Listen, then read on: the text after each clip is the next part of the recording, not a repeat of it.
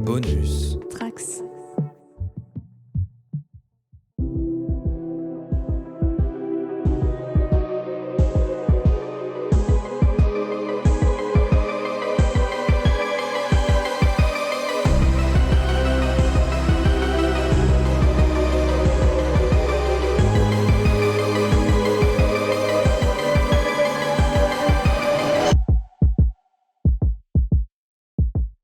Merci à toutes et à tous de nous rejoindre dans ce live de spoilers Halloween Special. Je suis très heureux d'être parmi vous. Comment vous allez ?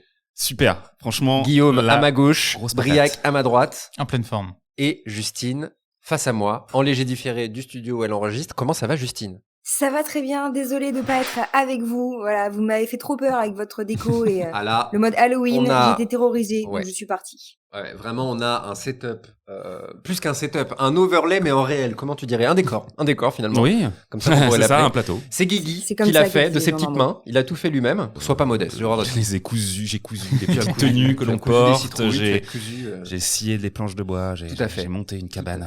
Et T'as bien tissé l'étoile d'araignée toi-même. Exactement. Et je salue également, on salue bien évidemment Pépé qui est à la régie. Pépé, si tu es parmi nous, tape 2 fois et nous saurons que tu es là. Ce n'est pas une soirée spiritisme ce qu'on va faire ce soir, c'est une soirée Halloween Special, ces épisodes de nos séries préférées qui sont consacrés, qui sont consacrés à l'esprit d'Halloween, à la fête d'Halloween, qui est une fête qui est un peu perdue de son éclat en France, hein, on va pas se mentir. C'est vrai. C'est presque... Peut-être pour ça qu'on n'a pas de séries françaises dans cette shortlist de séries. Ouais, c'est vrai. Probablement. C'est aussi parce que tu nous en reparleras peut-être plus tard, mais voilà, en tout cas, non, tu as fait la tête de pas du tout. J'ai vu. Jamais.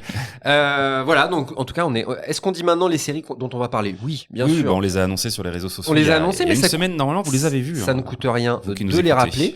On va parler de Buffy contre les vampires, Buffy the Vampire Slayer. Je parle sous ton contrôle, hein, C'est Briac. bon. On va parler de Vendavision. Oh, et on a du monde dans le chat, c'est fabuleux. XP78 qui est encore là parmi nous. Bonsoir la planète. Salut Guigui. Ah, c'est que à toi. Qui dit moi soit c'est la planète, soit c'est Non, Guigui. il dit bonjour à Guigui, commandeur Guigui, qui est dans le chat avec nous. Ah, ok, je suis mauvaise langue. Oh, Commodore Guigui, j'avais pas vu, qui est Eh encore de la fête. Merci à toutes et à tous d'être dans le chat. Aurélien qui est parmi nous également. Vous êtes adorables, n'hésitez pas à nous follow si ce n'est pas encore le cas. Vous le savez, c'est un énorme soutien pour nous. Et je vais terminer cette liste des séries qui Ouais. vont nous occuper. Les Simpsons. Les Ouais. Simpsons, alors vous dites, mais Un comment ça, les classique. Simpsons, des gens comme ça, qui une famille américaine ? Pas du tout, ils ont tous les ans, depuis la saison 2, une soirée consacrée à l'horreur. Et bien, on va en parler. Et on parlera également de Community. Eh oui. Voilà. Mais Une attendez, Community, c'est pas une série genre de Pas du l'imaginaire. tout, mais hein. attends, c'est une C'est un série scandale, rigolote. Spoilers, C'est qu'est-ce qui censé se être passe rigolo ou quoi ? Le deuxième épisode de la saison, ça y est, tout fout le camp. Et bien finalement, si, Community ont eux aussi leur épisode spécial. Alors, est-ce que vous êtes prêts déjà ?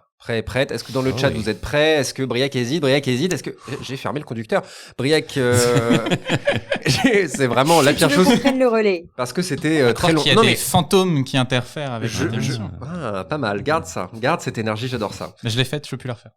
On t'en a plein d'autres sous ta besace. Je le sais. Le temps que Oui, tu fasses oui. ta mise en place, moi je vais commencer par vous poser une question parce qu'on parle de faire une soirée spéciale Halloween, etc. Mais si on commençait par expliquer un petit peu ce qu'est Halloween, t'as commencé à dire que ça perdait de vitesse en France. Qu'est-ce que tu peux nous dire ou qu'est-ce que vous pouvez nous dire sur Tout à fait. Halloween ? Alors Halloween, moi par contre j'ai des gros souvenirs étant plus jeune d'Halloween. Moi c'est vraiment Ah ouais une fête que je kiffais, parce que ce combo, aller taper aux portes, des bonbons un sort, et puis on rentrait, on regardait du coup soit des séries, soit des trucs. Les Simpsons dont on reparlera un petit peu plus tard.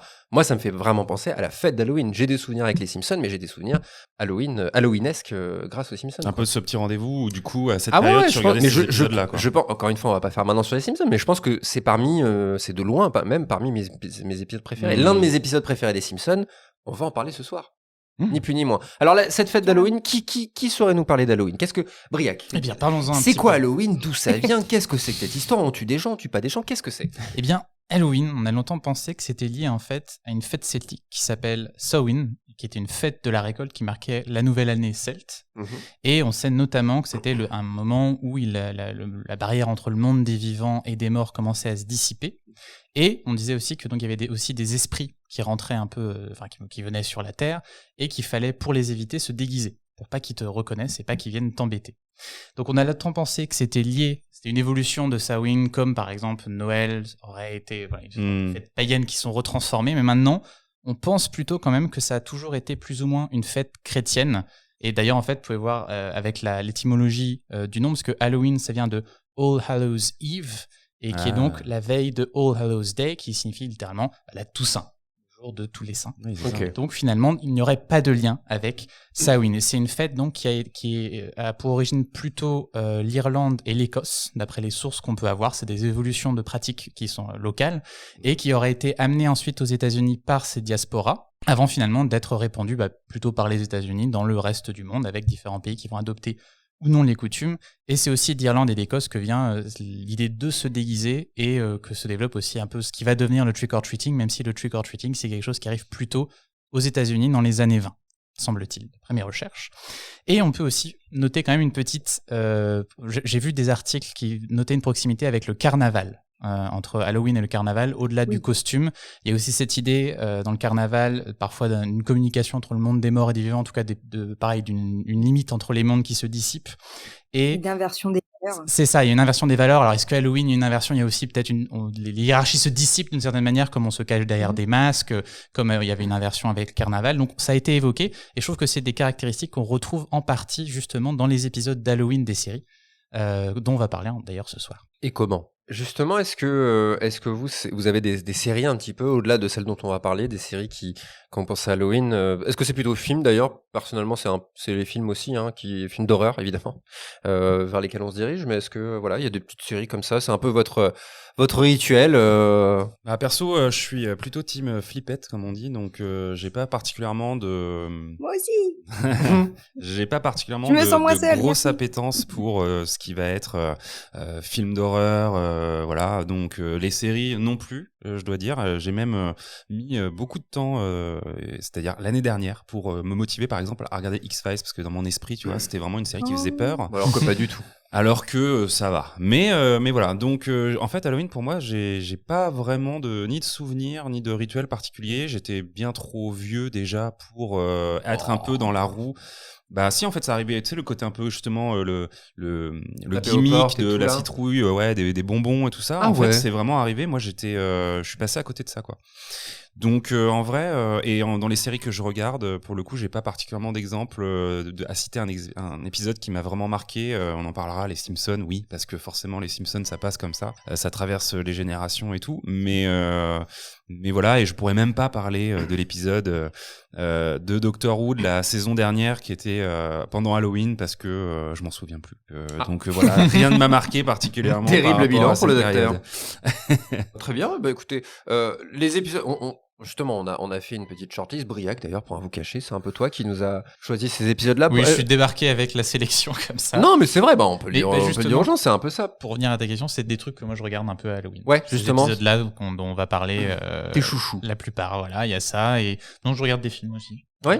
Plutôt des trucs genre Sleepy Hollow, tu vois, c'est vraiment une bonne ambiance d'Halloween, tu vois. Vraiment... Moi, celui qui m'est... Alors, on va pas parler des films, mais moi, c'est Les Autres aussi. Tu vois, ce côté... moi j'aime bien un peu qu'on retrouve d'ailleurs un peu un lien avec une série récente, mais c'est Haunting of Hill House. Moi je suis très friand mais un peu à la Guillaume aussi, tu vois. Et Hill House, j'ai vu quand même pas mal d'épisodes, genre 3 et j'ai arrêté parce que trop flippant, quoi. Trop ces fameux, vous êtes sûrement au courant, mais dans chaque épisode il y a des fantômes cachés. C'est toi qui m'avais appris ça. Et après je regarde les épisodes, mais du coup j'étais encore plus flippé parce que je me dis putain, si je décale mon œil à tout moment il y a un fantôme, un monstre ou un truc qui va descendre du plafond et tout. Et j'ai arrêté.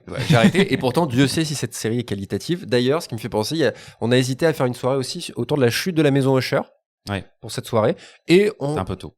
Un peu tôt, déjà, c'est une sortie qui est sortie le 12, si je ne m'abuse. Ouais, c'est ça, ouais. Et on se la garde sous le coude. J'ai vu un épisode pour l'instant. Vous avez maté un peu déjà? Bah non, justement, du coup, moi, j'ai peur. Moi, toi, oui, t'as tout vu déjà? Non, pas encore. Ouais. Mais j'attends. Mais j'ai failli faire un arrêt cardiaque à la fin du premier épisode. C'est super. Un vrai. Voilà, un vrai. C'est bien, ça motive. Ouais. Et après, tu sais, le genre de arrêt cardiaque, de jumpscare où tu fais, putain, je devrais pas avoir peur de ça. Oui, d'accord. C'est trop facile. C'était un bon jumpscare ou un mauvais jumpscare? Et bah, c'est de ça dont on parlera dans la watchlist Wow. qui lui sera consacrée. Wow. Ce Oh, le teasing. teaser C'est Incroyable. un métier, Trop c'est un fort. métier. Qui on a dans le chat? Qu'est-ce qu'on nous dit dans le chat? Matt, bah voilà, justement, Commandeur Guigui en parle. X-Files, moi j'ai souvenir des émissions qu'on a fait, où on a parlé d'X-Files. Toutes les émissions on parle d'X-Files. Mais l'épisode Home, qui est resté célèbre. Mais est-ce qu'il est célèbre parce qu'il est horrifique? Ce côté horrible dont vous nous avez parlé de cet épisode, est-ce que c'est parce qu'il est flippant ou c'est juste dégueulasse? Il est dérangeant. Après, ça dépendra de la personne si on trouve ça flippant ou non, mais il est très dérangeant. C'est un des plus dérangeants. J'ai envie de te demander un peu plus précisément, qu'est-ce que ça veut dire dérangeant? Non, ma question c'est, est-ce que c'est voulu bien évidemment, mais tu vois ce que je veux dire. Par exemple, les séries dont on va parler ce soir, c'est aussi, elles vont récupérer des codes, le jumpscare, les costumes, enfin les monstres, les machins. Disons que ça joue plus avec, c'est moins des films d'horreur de fantômes, de vampires que Massacre à la tronçonneuse et La colline des Légère, yeux, tu vois, par ouais. exemple. D'accord. C'est plutôt Ok. cette inspiration-là, donc tu vois le D'accord, style. ok, je vois. Eh ben écoute, L'ambiance. on parle. Je mate The Evil en ce moment, je ne sais pas. Evil. Evil, c'est bien Evil. Alors moi, ça me rappelle un film d'horreur de gens coincés dans un ascenseur qui s'appelle Evil. Produit par Shyamalan. Oui. Eh ben nulache. Nulache, voilà. Mais les Simpsons, oui, Ouais, bien alors- sûr. Fringe aussi qui fait beaucoup flipper. Hein. Fringe, moi j'ai des petits souvenirs, un peu les miquettes. Hein. Ouais, mais toi, t'es un barlou, Pour vous t'es un situer, tatoué. toi. là, vous parlez de la colline à des yeux et des trucs d'horreur. Moi, mon rituel d'Halloween, c'est d'ailleurs le rituel du lendemain d'Halloween, c'est de regarder l'étrange Noël de Monsieur Jack. Moi, je suis sur ce niveau-là d'Halloween. Voilà. Mais c'est un bon aussi trop univers à la vraiment, Halloween, hein, ça c'est clair. Il y a tous les codes et tout. Enfin, c'est un bon. Ouais, mais il y a toujours le compromis. Est-ce que tu le regardes à Noël ou à Halloween? c'est la Du coup, question je le que regarde je le me lendemain posais. d'Halloween, tu vois, ça fait. C'est Ah, ça. tout est Je calculé. chantais Kidnapper le Père Soreille avant qu'on démarre cette émission. Je peux pas te dire c'est mieux. vrai, c'est vrai. Justine. J'ai la pointe du doigt alors que ça n'a aucun sens. Que ça puis-je marche pour pas. toi? Pour les gens chez eux. Justine, est-ce que toi, tu pourrais nous parler, par exemple, justement, c'est quoi ces séries qui sont pas des séries d'horreur et qui se mettent à faire des spécials d'Halloween? Qu'est-ce que c'est cette histoire? Qu'est-ce que ça veut dire? Mais je peux te parler de ça, je peux te parler de beaucoup de choses. Ouais, ce qui est intéressant, c'est que effectivement, outre les séries d'horreur ou de spooky éléments Oui. qu'on peut trouver, parce que tu vois, X-Files, c'est pas une série d'horreur à proprement parler, mais voilà, ça va jouer avec ça. Mais on a aussi des séries plus traditionnelles, voire des séries, même tu vois, des comédies, des séries a priori légères, qui vont, comme les Simpsons qu'on a déjà pas mal évoqué jusqu'ici, avoir des épisodes d'Halloween ou ce qu'on appelle des épisodes à thème, mais notamment autour de choses qui font peur. C'est quelque chose qui est mis en place en fait une fois que la série est bien établie. C'est-à-dire qu'elle connaît un certain succès, que son format il a été clairement identifié, que ça se répète à chaque épisode, hein, qu'on a des choses régulières. Donc depuis plusieurs saisons, les créateurs, les showrunners, les réalisateurs, etc. vont se permettre de jouer un petit peu avec le schéma pour proposer autre chose et proposer des épisodes exceptionnels. Donc ça veut dire des épisodes qui respectent pas la formule, le format établi par le reste de la série. C'est une façon de s'amuser déjà hein, pour l'équipe clairement. C'est une façon de renouveler l'attention des spectateurs et ça permet normalement de faire plaisir un petit peu à tout le monde en testant des nouvelles choses. Mais le souci, parce que sinon c'est pas drôle, c'est que à vouloir tester des nouvelles choses, ça sort du cadre et donc c'est forcément pas les mêmes frais qui sont engendrés. Et des épisodes spéciaux comme ça, des épisodes à thème, souvent c'est des épisodes qui coûtent plus cher à produire parce que ça respecte pas la formule qui est rodée. Oui. Et du coup on les réserve hein, à chaque fois pour des occasions un peu spéciales. Alors on a tout ce qui est les fêtes thématiques, là on parle d'Halloween, mais on a beaucoup d'épisodes de Noël, on a des épisodes de Thanksgiving pour beaucoup de séries aux États-Unis. On a les épisodes qui vont être pour les anniversaires de la série. Voilà le 100e épisode ou quelque chose comme ça pour des séries qui sont un peu plus établies. Voilà, c'est vraiment ça va être un coup, donc il faut c'est vraiment pour marquer un événement un peu particulier. On a des épisodes musicaux aussi, notamment. C'est toujours l'occasion de parler d'un des meilleurs épisodes musicaux dans Buffy. Parce que dans la saison 6, on a cet épisode Once More with Feeling qui est quand même assez fabuleux dans la façon dont on utilise les épisodes musicaux. Voilà, on a des épisodes avec du voyage dans le temps, alors que c'est des séries qui d'habitude n'utilisent pas du voyage dans le temps.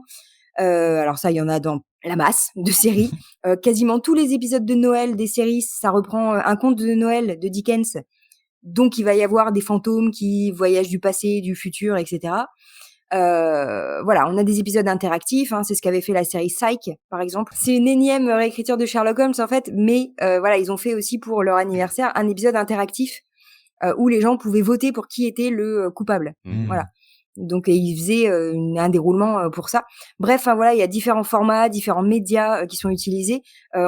On parlera de Community, mais ils ont fait un épisode de Noël, notamment, si je dis pas de bêtises, qui est en claymation, en espèce de pâte à modeler, si vous voulez. Les Simpsons en ont fait aussi plusieurs, d'ailleurs à plein d'occasions différentes, etc. Bref, c'est des choses qui coûtent cher, mais par conséquent, pour pouvoir réduire un petit peu les budgets, on a parfois des séries qui vont se faire plaisir, mais de façon un peu différente.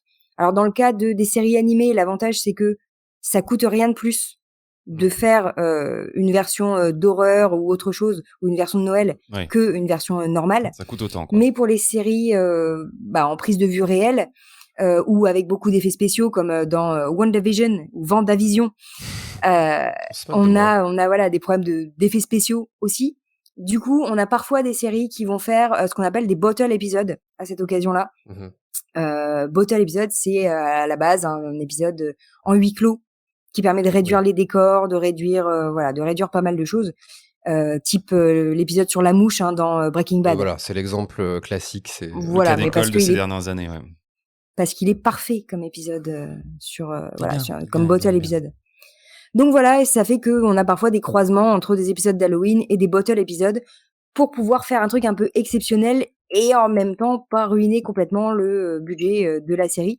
Parce que c'est bien gentil de faire un épisode exceptionnel, mais il faut que tout le reste de la saison tienne la route. Donc voilà, un petit peu le fonctionnement d'un épisode d'Halloween. Mais c'est intéressant parce que ça répond un peu à une question que je me posais, c'est qu'en fait en tout cas moi, peut-être que vous allez me donner tort, peut-être le chat, vous me dites, j'ai pas d'exemple de séries françaises qui ont des épisodes spéciaux Halloween, mais en fait, pour une simple et bonne raison, c'est que c'est pas forcément des séries soit suffisamment installées, soit des séries qui peuvent se permettre, tu vois, je sais pas, comment c'est, fais pas ci, fais pas ça, tu vois, je crois il y a 12 saisons, mais je les verrai pas sur le service public péter un épisode avec du abat en Je serais fond quand même et des surpris costumes. que genre dans Plus belle la vie ouais, c'est ce que j'allais dire. Ah ouais, tu crois, il y a un épisode ils en faisaient tellement en que plus, c'est saisonnalisé en plus. Ouais, puis c'est du quotidien. C'est vraiment voilà, mon quotidien est très lié à l'actualité. Donc ça m'étonnerait pas en fait mais je connais pas assez Plus belle la vie. Alors non, mais peut-être, mais non, parce que je me suis déjà intéressé de voir s'il y avait des trucs un peu paranormaux ou quoi dans Plus belle la vie, des ovnis ou quoi, tu vois,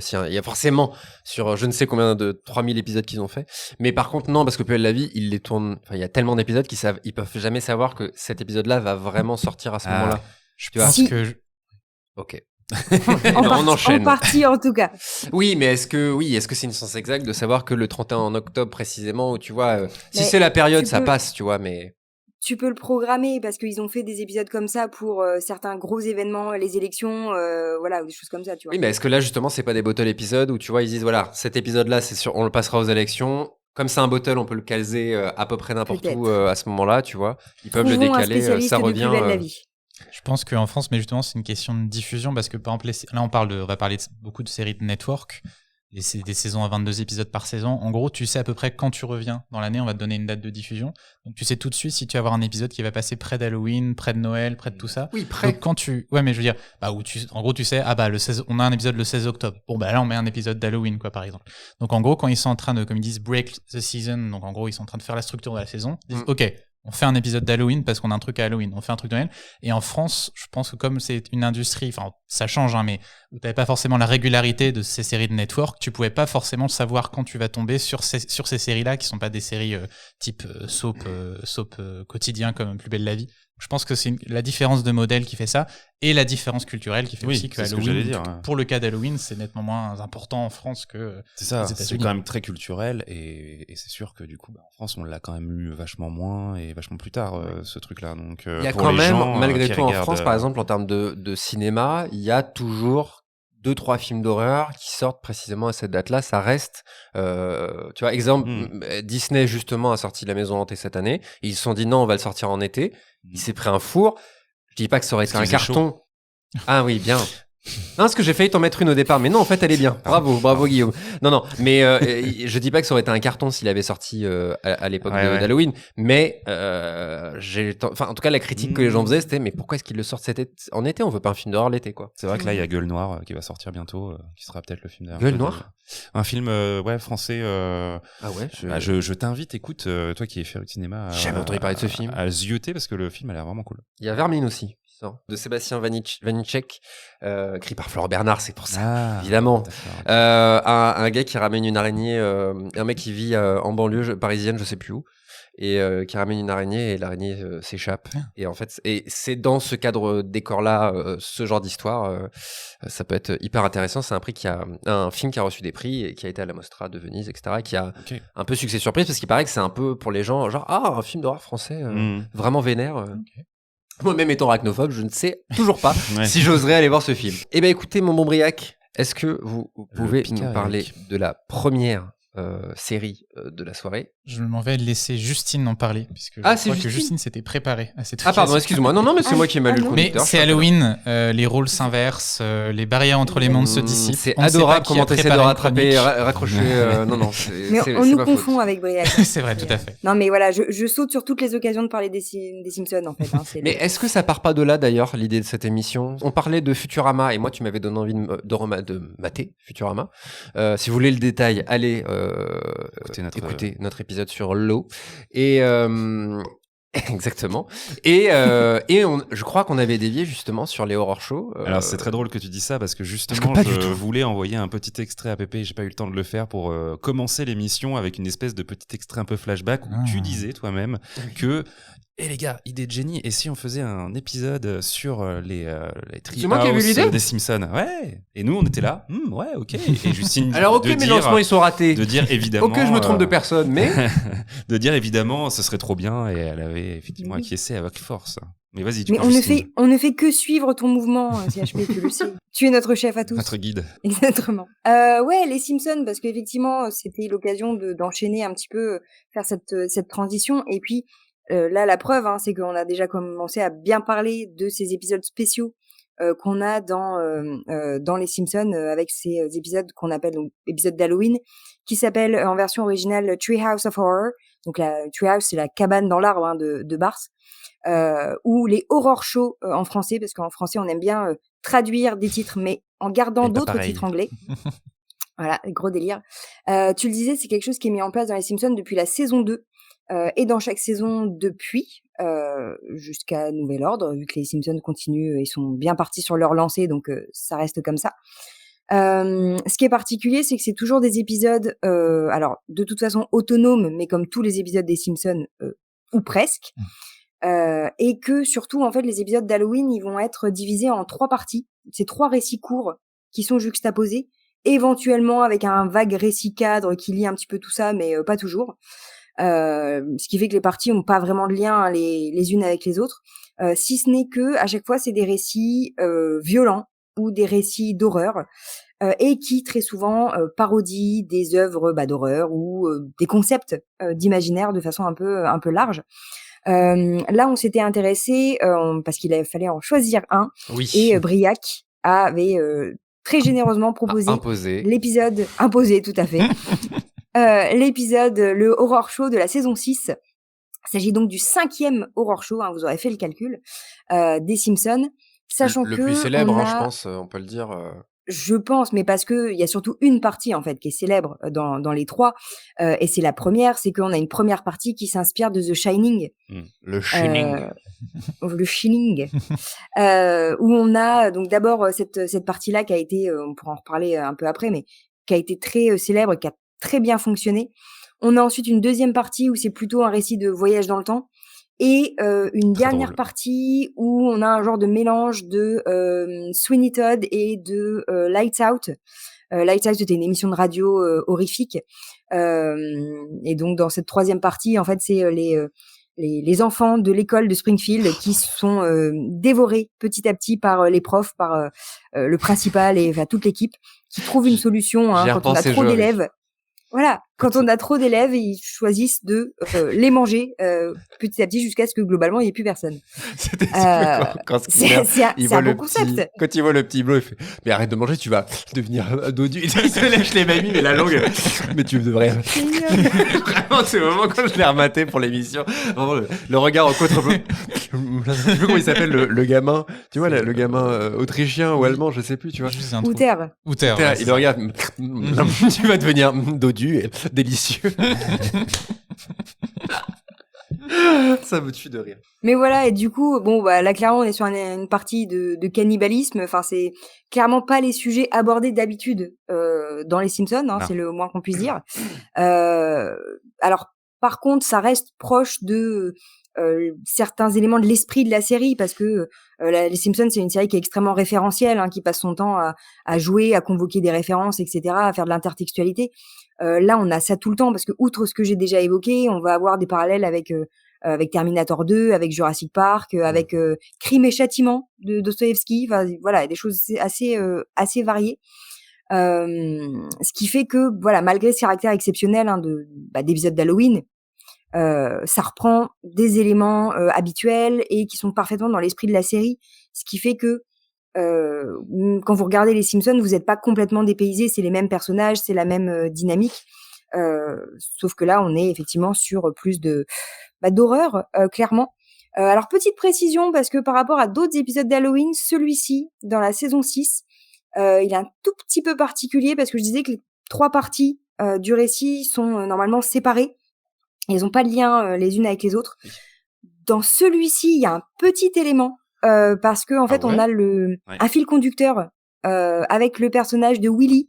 Ah oui, une hache. Un running gag. Voilà, le jardinier de l'école, qui va jouer un genre de rôle de guide et de commentateur métatextuel, si vous voulez, hein, dans l'épisode pour chacune des parties. Il se souvient en plus un peu on a l'impression. Voilà, bon, il se fait massacrer à chaque fois aussi, par contre, hein, ça c'est. Il apprend pas de ses erreurs. On l'aime, Willy. On le voit, vous le voyez sur votre image. écran. Et son accent. Mais vous regardez en VO ou en VF les Simpsons d'ailleurs? Alors moi j'ai vu en VF des milliards de fois, et donc maintenant je les vois un peu en VO. Ah ouais, moi je suis VO, hein. Je suis VF, hein, toujours. Et justement, je disais le shining, c'est vraiment un truc qui m'avait marqué, le shining. Tu peux m'appeler quand tu veux, sauf entre 4 et 5 heures. Oh là là, cette heure m'appartient. Tellement drôle. On est sur du gore de toute façon, donc ça reprend. Justement. Ça reprend les trucs habituels, mais poussé à l'extrême. Et ce qui est pas mal, c'est que les épisodes d'Halloween, ça va dans les Simpsons en tout cas, ça va permettre de faire un peu en version XXL, ce qu'ils font d'habitude à travers le dessin animé Itchy et Scratchy. Oui. Quand on voit Bart et Lisa qui regardent le dessin animé qui passe dans l'émission de Krusty, la violence super gore avec les personnages qui sont éventrés, qui sont dépecés, etc. Des trucs absolument atroces. D'habitude, c'est limité à Itchy et Scratchy, et dans les horror shows, on applique ça à tout, au point que là, dans notre fameux épisode de la saison 6, ça se termine par les personnages principaux complètement dépecés, si je dis pas de bêtises, mais en train de chanter sur une scène pour finir sur une note un peu plus fun. Ouais. Mais c'est voulu apparemment, qu'ils se sont dit, au début ils se sont dit, se finissent de baiser, ouais, on va les faire chanter quand même parce que c'est un peu. Non mais c'est la vraie raison qu'ils les ont fait chanter, parce que sinon ça allait vraiment trop finir sur une note. Parce sauf que la fin, sauf qu'il y a comme l'ultime twist avec Bart, même dans la chanson où tu fais manger par le chien. Oui, mais trash, quand même. justement, Justine en a un peu parlé, mais c'est quand même. Ok, c'est les Simpsons, ce que tu veux, mais c'est gore quand même, quoi. Oui. Tu vois, celui-là ou d'autres, mais c'est pas une série pour enfants, hein, les Simpsons. Bah, beaucoup l'ont cru. Alors dépend. Non, parce qu'il y a des épisodes où il y a aussi des doubles lectures et tout. Là, la double lecture, frère, je veux dire, c'est vraiment, ils sont dépecés. Enfin, tu vois, moi, je me souviens petit, justement, je voyais ces épisodes-là, parce que je pense que pour beaucoup de gens, et dont je fais partie, c'est un peu les premières incursions, je pense, dans le gore et dans ces univers-là, je pense, en vrai, maintenant que j'y pense. Et moi, j'ai un autre horror show en tête, c'est l'épisode où Bart a un jumeau maléfique. Enfin, non. Bart n'a pas un jumeau maléfique. Bart celui-là est carrément le jumeau maléfique. Ouais. Et celui-là, il fait flipper, quoi, tu vois. Et la fin est drôle, mais elle est. Je sais pas si vous vous souvenez de cette. Je vais pas le spoiler parce que c'est pas le sujet, mais elle est bizarre la fin. Ah, mais tu vois, il est enfermé et tout. Enfin bref, c'est un des plus angoissants vraiment celui-là. Ouais. C'est celui que tu te souviens souvent. Très réussi, tu vois, mine de rien. Enfin, dans ce qu'ils essayent de faire et parce qu'ils se lâchent en fait, quoi. Moi, c'est ça que je retiens dans ces épisodes-là, c'est tu dis putain, là un des trucs par exemple que j'ai. Tu sais, sûrement un côté Madeleine de Proust quelque part, mais tu sais, dans les horror shows, ils changent les noms au générique, tu vois. Alors, j'en ai aucun qui me vient, mais Strange, Bat Groening. voilà, tu vois, des trucs comme souvent, ça. ouais. Tu sais un peu le retour en enfance. C'est intéressant ce que tu dis, c'est le côté il se lâche, parce que je crois c'est aussi un truc intéressant avec les Simpsons, les épisodes d'Halloween en général. Enfin, moi, c'est un des trucs pour expliquer ma sélection qui m'intéressait, c'était de voir un peu comment des séries qui sont pas des séries de genre vont faire leur épisode d'Halloween, et est-ce que c'est un peu une récréation pour justement s'amuser avec des choses qu'on peut pas faire d'habitude. Et il faut savoir que les Simpsons, on dirait pas forcément, mais en fait, Matt Groening, pour lui, c'est très important que ça reste assez réaliste.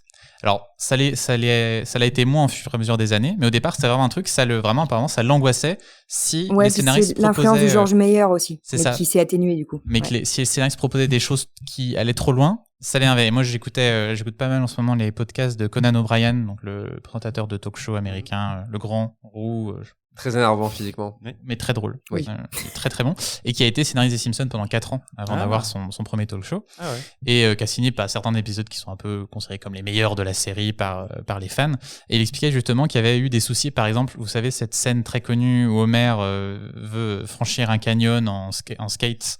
Et il pense qu'il va réussir et il tombe. Et en fait, au début, il y a eu les producteurs qui ont dit non, c'est trop là. C'est pas, les Simpsons, c'est pas réaliste. Et la manière dont ils s'en sont sortis, c'est en rajoutant du sang pour que Homer soit vraiment complètement abîmé pour créer du réalisme. Et Conan racontait comment ils ont presque pas pu mettre un gars qui est dans Marge et le Monorail ou Leonard Nimoy, qui apparaît dans l'épisode, dit à un moment bon, je crois que mon travail est fait, mais vous avez rien fait, hein, parce que j'ai vraiment rien fait, et il se met à disparaître d'un coup, et il disparaît. Et en fait, on voulait pas leur laisser mettre le truc où il disparaît, parce que non, c'est complètement absurde, ça sort de la logique des Simpsons. Et donc c'est pour ça, je pense que ces épisodes d'Halloween, ils se les ont appropriés de cette manière-là pour faire un peu ce qu'ils voulaient et sortir de ces règles-là. Mais c'est aussi pour ça que c'est des épisodes qui, comme tu disais, Justine, même s'il y a le côté dans les Simpsons où chaque épisode va avoir un côté séparé, là, on a carrément dans l'anthologique où on va changer la diégèse de la série. Alors, on part de la diégèse, mais on va la changer de manière irréversible avec des personnages qui meurent, ou on change complètement quelque chose, quelqu'un devient un vampire, ou des choses comme ça. Donc, c'est vraiment... L'approche des Simpsons, du coup, c'est... On fait de l'anthologie, on change notre série, on la transforme pour faire notre épisode d'Halloween et changer de genre, quoi. On va pas chercher à faire venir le genre dans la série, on la prend à part, quoi. Ça, j'ai trouvé ça intéressant, cette approche-là. Et qu'est-ce que ça donne le visionnage des horror shows par les yeux de quelqu'un qui connaît très très peu les Simpsons? Oui, bah écoute, c'est plutôt une bonne expérience. Je suis pas un grand spécialisé Simpsons, hein. Comme tout le monde, ça fait un peu partie de mon bagage. Vous inquiétez pas. Comme ça, en fond culturel évidemment, mais je veux dire, on peut pas y couper, même en ne regardant pas la série, je pense aujourd'hui. Donc j'étais loin d'avoir je suis loin d'avoir vraiment tout regardé, mais en effet on peut regarder les épisodes horreur indépendamment, en tout cas. Enfin moi j'ai rien loupé, voilà, la famille est là, les personnages principaux, Smithers et tout ça, ok, tu les comprends. Tu n'avais jamais vu ce horror show là avant? Franchement je sais pas. Je me demande si j'en ai pas un vague souvenir, mais peut-être que c'est juste que j'ai vu des images, ou alors peut-être que je l'ai vu enfant, mais voilà, comme ça, tu vois, en passant, quoi. Encore une fois, comme disait Justine, la partie Shining est très très célèbre. J'avais pas souvenir de ça, mais du coup, évidemment, t'as le repère qui se met en place très vite, tu fais, ah oui, ok, de toute façon, c'est marqué et tout ça, quoi, mais, et ouais, très bien. Et en fait, j'ai eu la surprise de voir qu'effectivement, c'était 3 petits épisodes, parce que même ça, tu savais pas, ouais, j'ai vraiment tout redécouvert, quoi. J'ai trouvé pour le coup, je pense que mon préféré, et c'est le moins gore, mais c'est le deuxième, parce que j'ai trouvé absolument hilarant. Il y a plein de moments qui sont géniaux, et la fin aussi est vraiment... Avec les dinosaures, oui. Oui, tellement drôle de Homer, quoi, qui fait... Bon, ok, ça va, c'est pas grave. C'est un épisode qui m'a marqué. Enfin, j'ai vraiment une partie qui m'a. Enfin, je me rappelle petit, je me dis putain, c'est vrai. Du coup, quand tu. Ouais, c'est ça. Enfin, vraiment, c'est vraiment. Qu'est-ce qui se passerait si Qu'est-ce qui se passerait si quelqu'un remontait longtemps et justement c'est nimp? Bah, il y a que Homer qui peut remplir cette mission et ça donne ça, quoi. Et les donuts, il pleut des donuts, c'est. Putain, moi, il pleut des donuts, quoi. Il pleut des donuts, quoi. Donc ouais, non, très bien. Et justement, le côté anthologique sur le temps d'un épisode passe très bien parce que t'as pas le temps en fait de. Enfin, tu sais que ça va être court, donc même si tu trouves un truc un petit peu dérangeant, bah tu vas vite passer à autre chose, donc ça fonctionne vraiment bien. D'ailleurs, sur Disney+, vous les retrouverez très facilement en compilation dans une entrée estampillée Halloween ou Frisson ou je sais pas quoi. Donc c'est bien que justement ils sont playlistables entre guillemets assez facilement pour les découvrir à part. Donc ouais, je trouve que c'est quand je les ai vus, je me suis dit c'est marrant parce que c'est des bons épisodes à peut-être regarder avec des jeunes ados, par exemple. Après, je me suis fait une seconde réflexion où je me suis dit, ouais, mais en même temps, si t'as pas les refs, peut-être que tu passes à côté de certains trucs marrants, notamment c'est vrai que le premier épisode, si t'as pas la ref de Shining, bon, est-ce que vraiment... Je pense que ça reste rigolo, drôle, ça reste rigolo, mais c'est pas... Mais tu passes quand même à côté de pas mal de choses, et ça quoi. te spoil le Shining, surtout. Mais en tout cas, je trouve qu'on est vraiment sur ce genre de truc qui est un peu peut-être comme les contes de la crypte, à la limite entre le traumatisant et le ok, ça passe, tu vois. Et je pense qu'on a tous un truc, enfin moi en tout cas j'ai l'impression qu'on a tous un truc un peu comme ça qu'on a regardé un peu trop jeune. Alors que ça soit une série ou un film, mais qui a été assez fondateur de notre imaginaire. Moi personnellement c'est Robocop. Je l'ai vu trop jeune ce film, très clairement. C'est marrant. Et ça m'a marqué et ça a lancé aussi certainement le départ un peu de la curiosité que je pouvais avoir pour le genre, pour certains trucs, parce que justement tu regardes quelque chose avec tes yeux de tout d'un coup des personnages un peu iconiques vrillent et deviennent autre chose. Et du coup c'est ça que fait effectivement les épisodes de très intéressant Simpson, quoi. C'est que ils twistent un petit truc et en même temps ça change. Ça met dans la tête des gamins que que un autre monde est possible. Le monde. Après, alors, ce monde-là, j'avais une fin de phrase hyper classe, vous m'avez coupé. Pardon. Les mondes de l'imaginaire. Oui, c'est tout. C'est tout. J'allais dire, Justine. Ça aurait été bête de passer. Ça aurait été bête de passer à côté de ça. Oui, t'as Non, pour la défense de l'horreur, et je dis pas qu'il faut montrer des films d'horreur aux enfants dès le plus bas âge, hein, même si un enfant traumatisé est un enfant calme, je sais bien, mais bon, enfin, peut-être éviter quand même. Aïe, aïe, aïe. Voilà. Mais pour la défense de ça, super la juxtaposition des images avec Homer, je la vis très bien.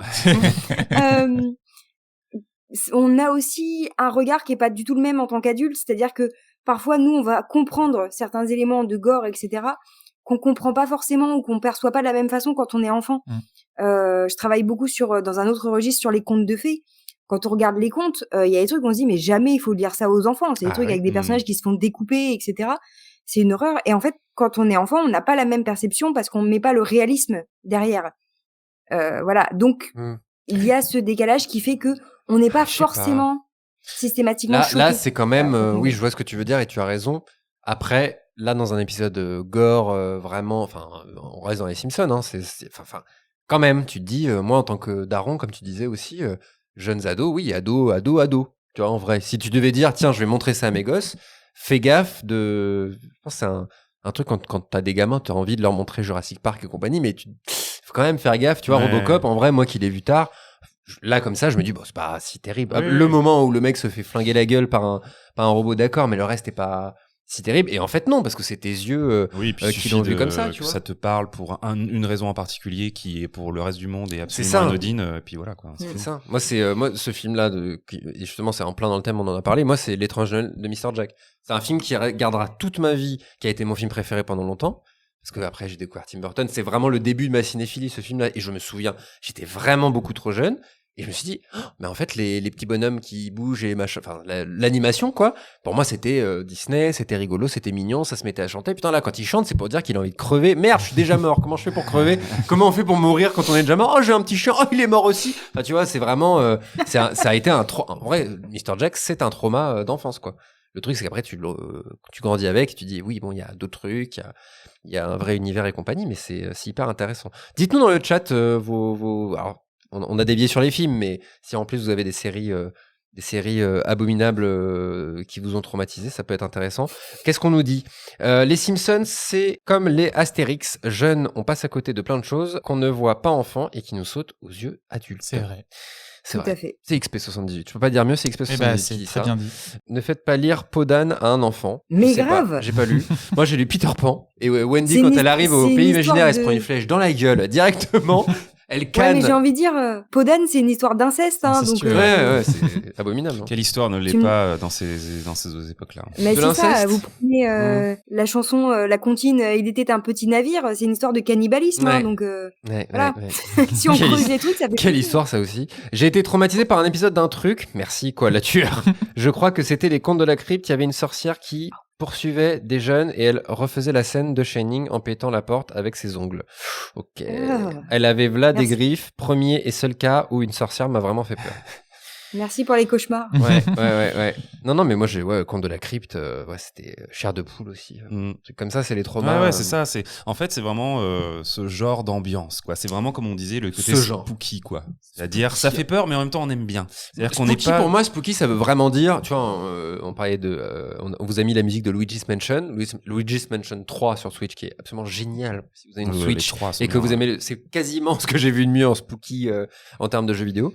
Ça fait pas peur, tu vois. Non, mais voilà, le manoir hanté, là, le dernier Disney de cet été, là, que je parlais, pas peur, quoi. Ils tentent des trucs, mais à part Jared Leto en méchant, il y a rien qui m'a fait vraiment, tu vois. Ce qui en soi fait peur, il y a Jared Leto. Oui, c'est ça que je veux dire. On va finir sur les Simpsons. J'ai envie de poser une petite question pour finir, parce que vous m'avez dit que c'est là, on a la 58e saison, là, je sais plus, des Simpsons. 35, voilà. Quid des horror shows actuels en termes de qualité? Moi, je vais laisser le film parce que moi, justement, j'ai arrêté les Simpsons depuis la saison, je pense, 22-23, je ne suis plus. Depuis la double identité de Skinner? Non, c'est bien plus tôt. C'est saison 8. Une blague. Excuse-moi. Non, mais je prends très au sérieux. Non, pas du tout. C'est pas ça. On remettra ce moment de... Non, pas du tout. Non, elle vient de te dire. Je ne peux pas vous laisser dire ça. Mais non, oui, effectivement. Par contre, j'entends dire actuellement qu'il y aurait un petit rebond sur les dernières saisons de qualité. Donc je suis en train de me demander si je vais reprendre ou pas. Alors Justine, toi tu suis? Je plus toi. Effectivement, il y a une baisse pour moi à partir de la saison 15 avec une grosse baisse autour de la saison 22 notamment. Après c'est un jugement de voilà, c'est que mon avis, ça vaut ce que ça vaut. Hein.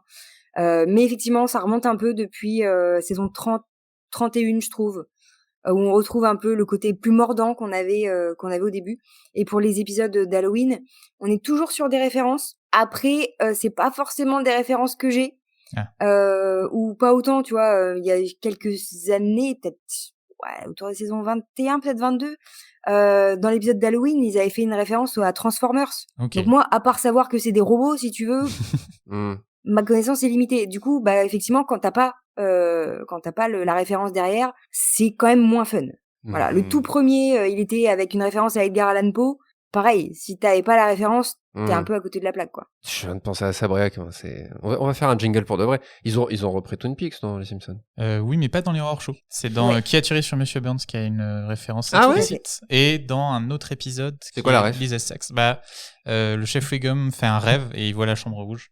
Et Lisa arrive pour lui donner des indices. C'est une belle référence. Et dans Lisa Sachs, t'as Homer qui regarde Twin Peaks et qui est genre je sais pas ce que je regarde du tout. Forcément. Je crois que dans l'un des derniers Treehouse aussi, il y a une référence très explicite à Abyss, la série France Télévisions. À Stranger Things. Oui, ça, ils ont dû se régaler. J'espère qu'ils... j'ai rien dit. T'espères qu'ils l'ont taclé, c'est ça? J'ai rien dit? J'ai dit, j'ai pas dit. Je vous le dis tout de suite, la watchlist, ça sera 100%. L'instant Twin Peaks, exactement. Et dans le rêve du flic, Lisa est obligée de tout expliquer texto parce que le flic est con et comprend pas les indices. Ah, c'est drôle. C'est ça, burn this suit. Voilà, les Simpsons, est-ce que vous avez envie de rajouter quelque chose, messieurs, dames? Non, ça va, merci. Ok, bonne soirée. Tu vois un truc? Regardez les Simpsons. Oui, regardez les Simpsons. Vous regardez déjà les Simpsons, c'est tout. Non, mais comme je disais, du coup, sur Disney+, voilà, vous pouvez regarder un petit Treehouse directement. Et le 5, la sélection que, du coup, on a faite, c'est quand même un excellent choix si vous en avez... si vous avez jamais vu, alors là, si vous avez jamais vu le horror show, je vous conseille celui-là, effectivement. Est-ce que on a envie de passer à Community, là? Allez, j'ai envie de dire. Non, je vais la refaire parce que vous êtes vraiment trop à la ramasse. Est-ce qu'on a envie de passer à Community? Ouais! Voilà, le chat. Lâchez vos subs. Vous pouvez pas. Céline Imagénieuse. Bonsoir, Céline. Coucou. Voilà. Franchement, il y a une ambiance dans ce chat. Salut, Céline. Les gens se disent bonjour les uns les autres. Ils se connaissent. Dis-moi, toi, t'as vu Community, toi? Oui, j'ai vu Community. Je suis terrifié à l'idée de lancer vers la mauvaise personne. C'est ce que t'es en train de faire. Mais pourquoi il y a marqué Guillaume alors? Merde! Bon, Briac. Oh, la préparation de l'émission. Briac. Donc, Community. Guillaume, dis-nous. Dans Community, série qui, moi, m'a beaucoup surpris dans ta shortlist, il est vrai, parce que j'ai pas vu Community, pour des raisons dont on va reparler dans quelques minutes. Ils ont eux aussi leur épisode Halloween Special. C'est ça. Et donc là, ça m'intéressait de mettre cette série-là, et donc on va revenir dessus en détail, mais parce qu'on est cette fois-ci dans la sitcom toujours, mais une qui va faire un épisode d'Halloween qui est pas juste on se déguise pour Halloween, ce qui est un peu un trope de sitcom quoi qu'on va avoir dans Friends, dans je cherche d'autres exemples, mais dans Malcolm, dans beaucoup de séries. Et là c'est autre chose. Alors pour replacer rapidement Community, série créée par Dan Harmon qui donc à l'époque est le futur créateur de Rick et Morty et qui était quelqu'un qui était considéré comme un peu un putain, elle m'a fait peur. Épisode Halloween. Il y a des jumpscares que vous ne pouvez pas voir. Clippez-nous ce jumpscare s'il vous plaît. Il est authentique. Je veux un clip. Il est authentique. Pas radiophonique. J'ai levé les yeux, j'ai eu peur. Donc Dan Harmon, quelqu'un qui était considéré comme quelqu'un de très doué, mais assez difficile à faire travailler. Qui rentrait pas trop dans les cases des studios, plutôt genre qui va bugger sur, il fallait qu'un truc soit fait comme il voulait et ensuite il allait faire ce qu'il voulait jusqu'à ce que ça même dépenser beaucoup d'argent jusqu'à ce que ça se fasse. Par exemple il a créé une série avec Sarah Silverman et ils se sont pas entendus du tout. Et donc au final il a dit faire que tu partes quoi. Et finalement il a obtenu Community, donc une sitcom sur NBC qui est donc quand même un des grands networks et c'était assez inattendu. Donc la série n'a jamais eu vraiment de succès, elle a toujours été à la lisière dans les audiences, mais un énorme succès plutôt sur Internet. Et donc pour replacer Community, une série qui se passe dans un community college, et community college aux États-Unis, c'est des universités où normalement tu as un diplôme. Voilà. Bon. Attention doucement sur les.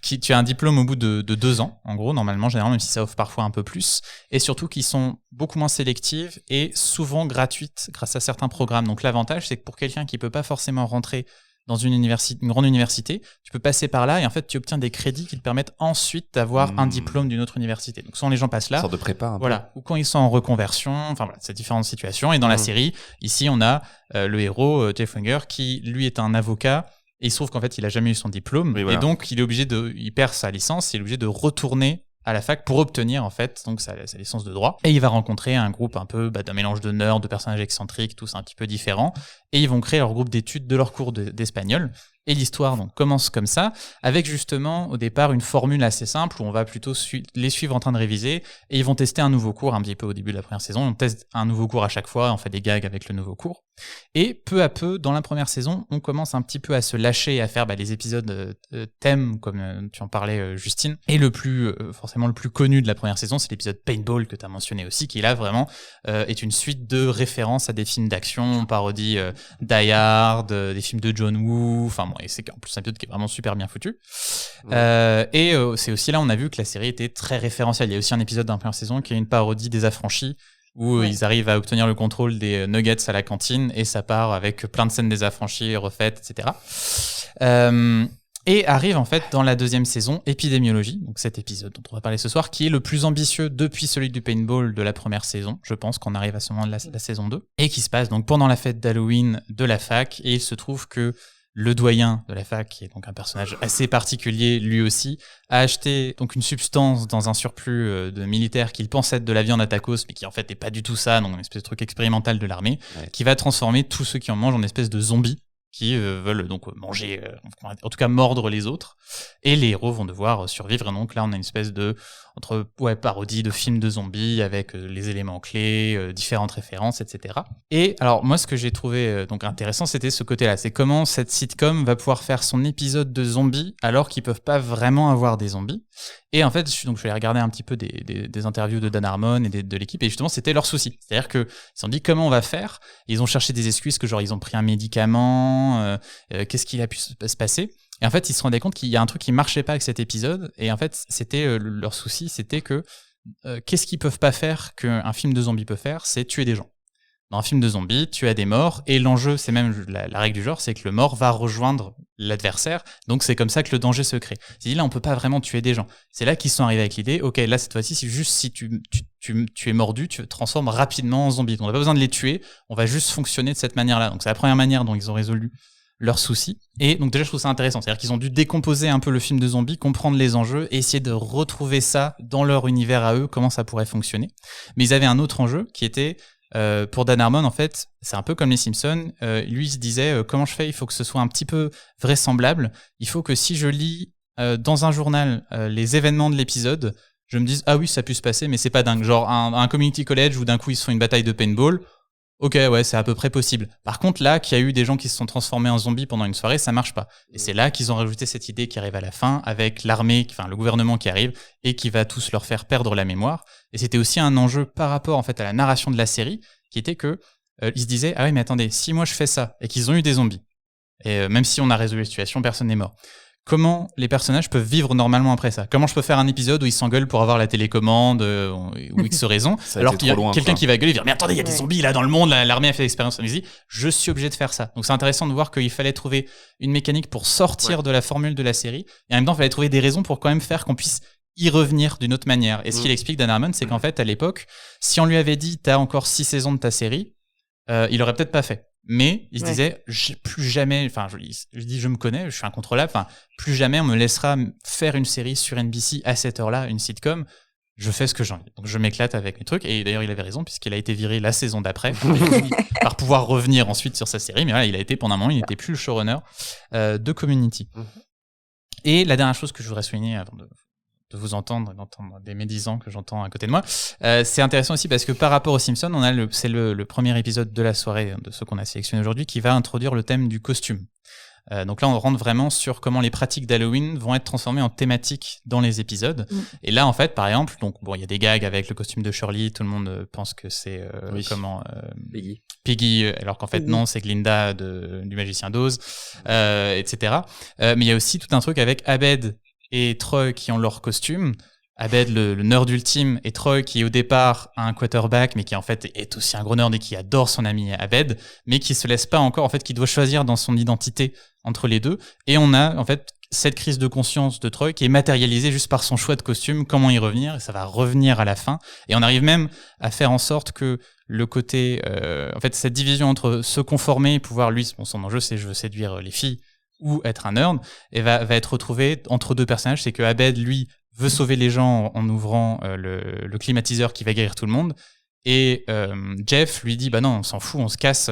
Et donc en fait c'est un enjeu qui sera un enjeu de film de zombies, est-ce qu'on sauve tout le monde ou est-ce qu'on se sauve nous, et qui devient aussi l'enjeu entre choisir entre être nerd avec mon ami ou le laisser tomber et aller faire ce que je veux pour ma gueule. Et donc t'as un double thématique qui se rejoint dans l'épisode. Donc c'est aussi pour ça que je trouve que c'est un épisode qui est bien écrit, en plus d'être utilisé à la différence des Simpsons pour introduire des choses qui seront importantes à la fois dans la saison et même pour les saisons futures. Comme par exemple le fait que Troy soit celui qui actionne le climatiseur, c'est quelque chose qui va lancer toute une intrigue complètement tarée sur ceux qui gèrent la climatisation dans la saison 3, qui est dirigée par John Goodman et qui est un arc complètement fou de la série.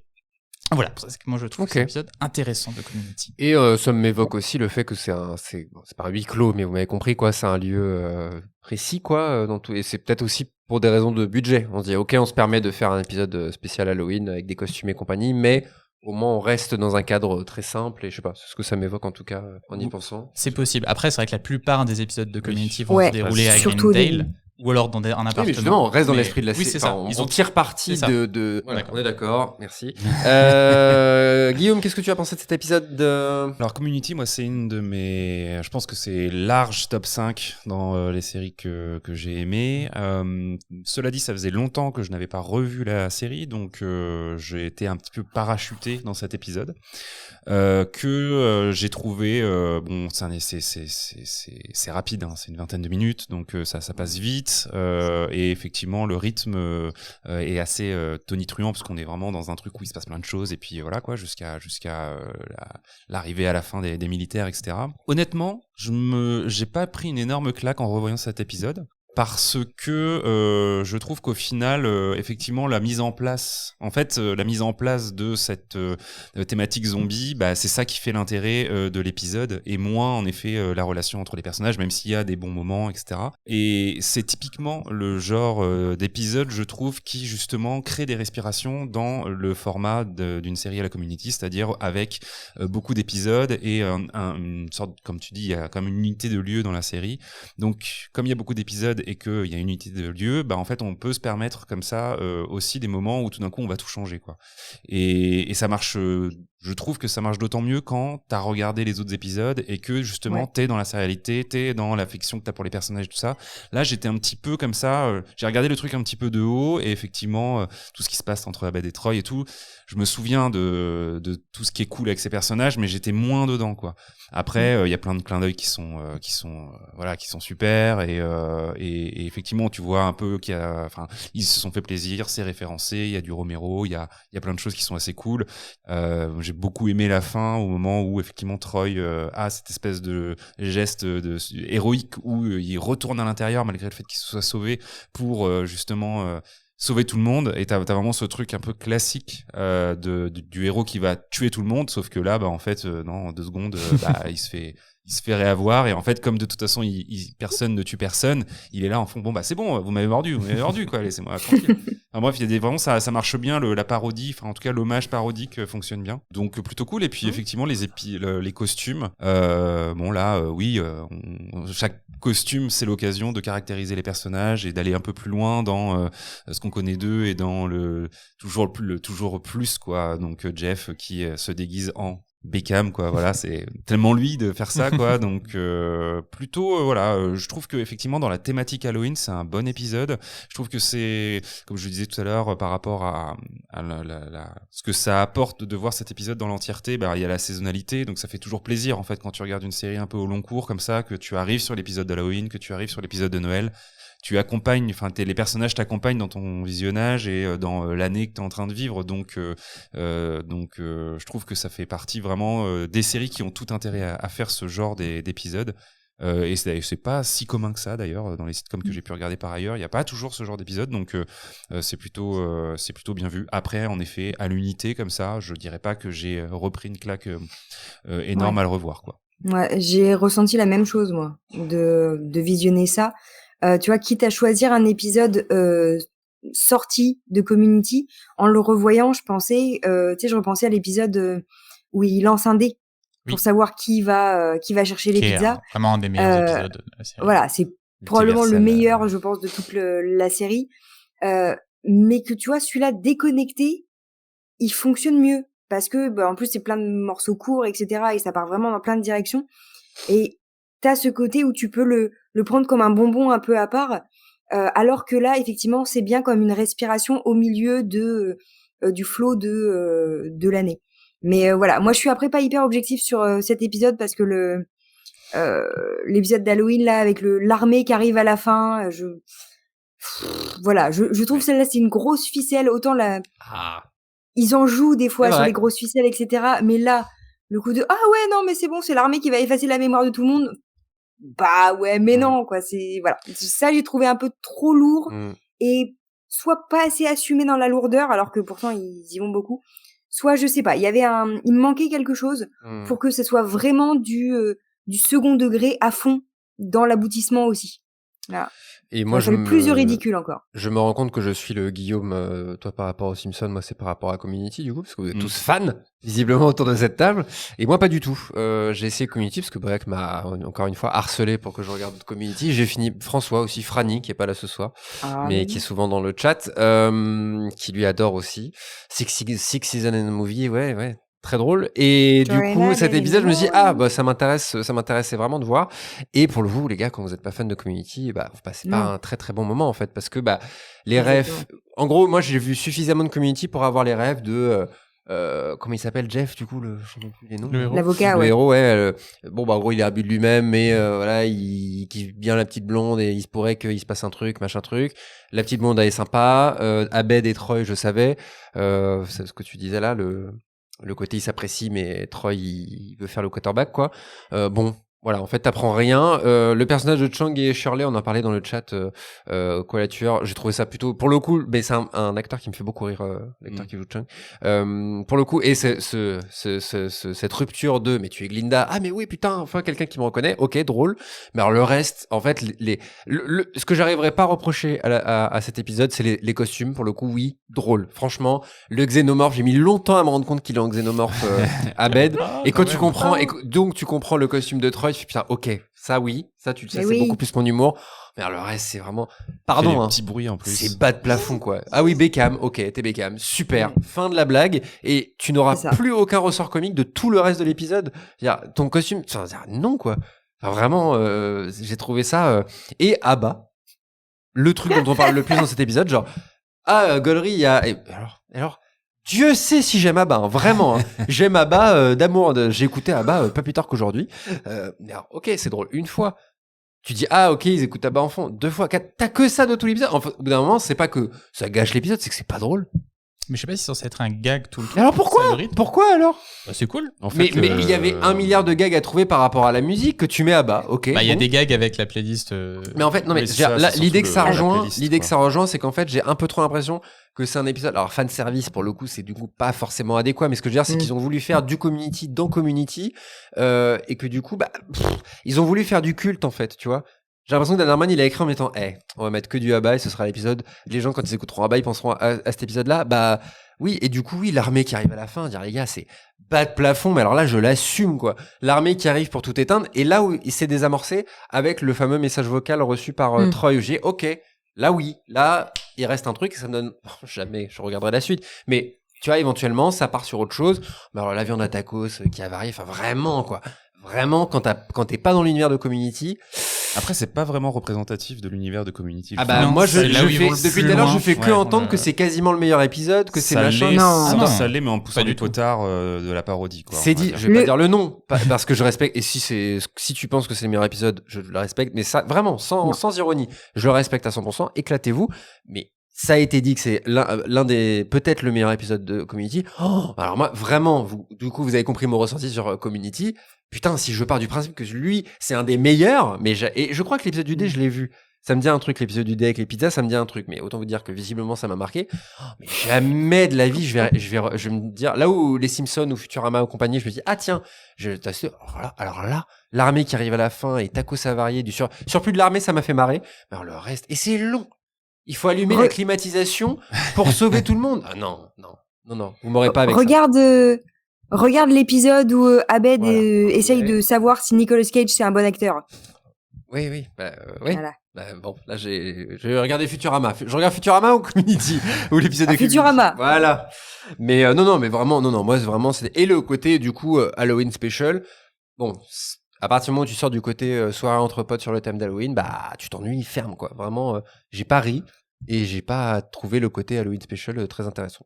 Voilà. Mais typiquement, tu Très vois, bien. là, ce que tu dis, c'est le genre d'épisode où tu te marres en le regardant, mais parce que t'as l'impression que eux se sont marrés, en fait, que eux se sont fait leur délire, et que plus, t'es contente qu'ils se soient bien amusés, et c'est cool, mais c'est plus parce que, voilà, eux, ils ont l'air Mais moi, de je m'amuse s'éclater. pas avec eux. Tu vois, donc forcément, t'es tu vois pas des gens invité. s'amuser. Oui, je le comprends. Mais tu vois des gens t'amuser avec eux. Entre eux. Mais oui, je Là où comprends. les sitcoms. Alors après, bon, on va pas faire trop long, mais j'ai aussi un problème avec l'âge. J'ai un problème avec les sitcoms. Il y a plein de sitcoms que j'ai tenté sur Briac encore une fois. Et là, en fait, les sitcoms, je me rends compte que je trouve ça. En fait, je Oui, trouve voilà, je trouve ça bas de plafond de base, en fait. Juste pas ton truc, en C'est-à-dire fait, que je crois que les sitcoms. Non, mais c'est plus mon truc. Moi qui étais D'accord, fan ok. de Friends et compagnie. Bon, je pense que Friends garde un truc à part, mais j'ai tenté Philadelphia. Et j'en ai vu quelques-uns. Ouais, ok. Pas mal. C'est lourd, Philadelphia. Mais Ça dépend de jamais, l'épisode. il y a 1 milliard d'épisodes encore une fois. Non, la seule, je te l'ai déjà dit, qui m'a chopé dès le premier, c'est Arrested Development. Parce que ça cherche à te surprendre vraiment dans le scénario. Tu crois avoir vu un truc bas de plafond. Et en fait, non, c'était prévu que derrière tu te dises. Et en plus, tu m'as dit, c'est vraiment à l'échelle de la série que c'est comme ça. Ouais. Ok, tu m'as chopé. Il y a un monde où un soir, je vais traîner sur Netflix ou je ne sais où. Et je vais retenter Arrested. Mais alors, le reste, Community, 6 Seasons and a Movie. Non.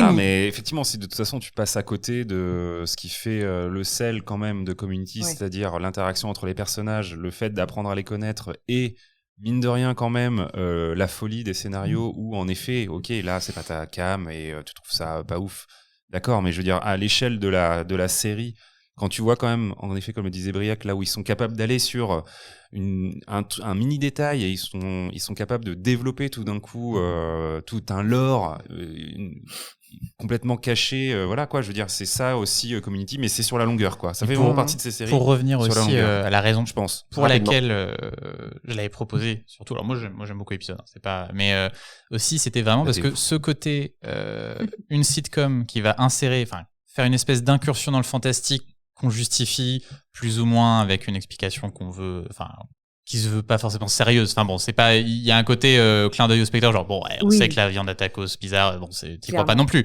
Mais en gros, c'est la seule que j'ai là comme ça à ma connaissance qui fait ce bond dans le genre à l'occasion de cet épisode dans son univers avant de revenir ensuite dans la normalité. Parce que par exemple, dans l'épisode d'avant de Community saison 1, c'est une fête costumée, tout simplement, il y a rien. Et l'épisode de la saison 3, ça va être un truc à la Simpson entre guillemets, où en gros les personnages vont se raconter des histoires pour se faire peur, et on va les voir. On va voir ces histoires-là, qui sont toute une variation qui reflète le personnage en lui-même et leurs propres enjeux un peu psychologiques. Donc on a un peu une sortie, on peut voir des choses qu'on verrait pas d'habitude, mais on reste quand même avec cette espèce de cadre, on raconte cette histoire, donc là c'est un truc aussi plus classique. Et là c'est la seule fois, alors après justement ça m'intéresse si dans le chat il y a d'autres exemples de ce type-là, mais il y avait ce côté-là, une sitcom qui essaie de se faire série de genre, le temps de l'épisode d'Halloween et ensuite qui redevient normal. Et ça nous permet peut-être de passer. Et ben d'abord on va dire bonjour parce qu'il y a plein de gens qui sont arrivés sur le chat. Un certain Richie 626 qui est arrivé sur le chat. Vraiment Marie aussi, mais qui est repartie aussitôt. Céline, pardon, Marie, n'importe quoi. Elle avait pas idiot. Vu Community, a priori, donc, faut revenir pour Buffy là. C'est bon, c'est le temps. Passons quand même à Buffy. Oui. Guillaume, ça va? Très bien, et toi? Très bien, mais de toute façon, c'est pas du tout toi qui est concerné par cette série. Non, toujours pas. Jamais je ne te lancerai sur Buffy. Bonne Justine, collab. Buffy. N'hésite pas, écoute, mais c'est pas moi. Richie 626, fais-nous ta chronique sur Buffy. Vraiment, tu des gens Non, du chat évidemment. Ah non, je suis un Olibrius. Briac.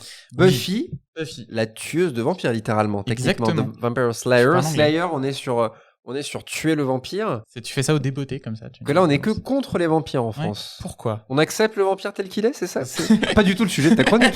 Rassure-moi. Exactement, on va partir là-dessus. Non, tu vas nous parler de Buffy, C'est ça. de la peur elle-même.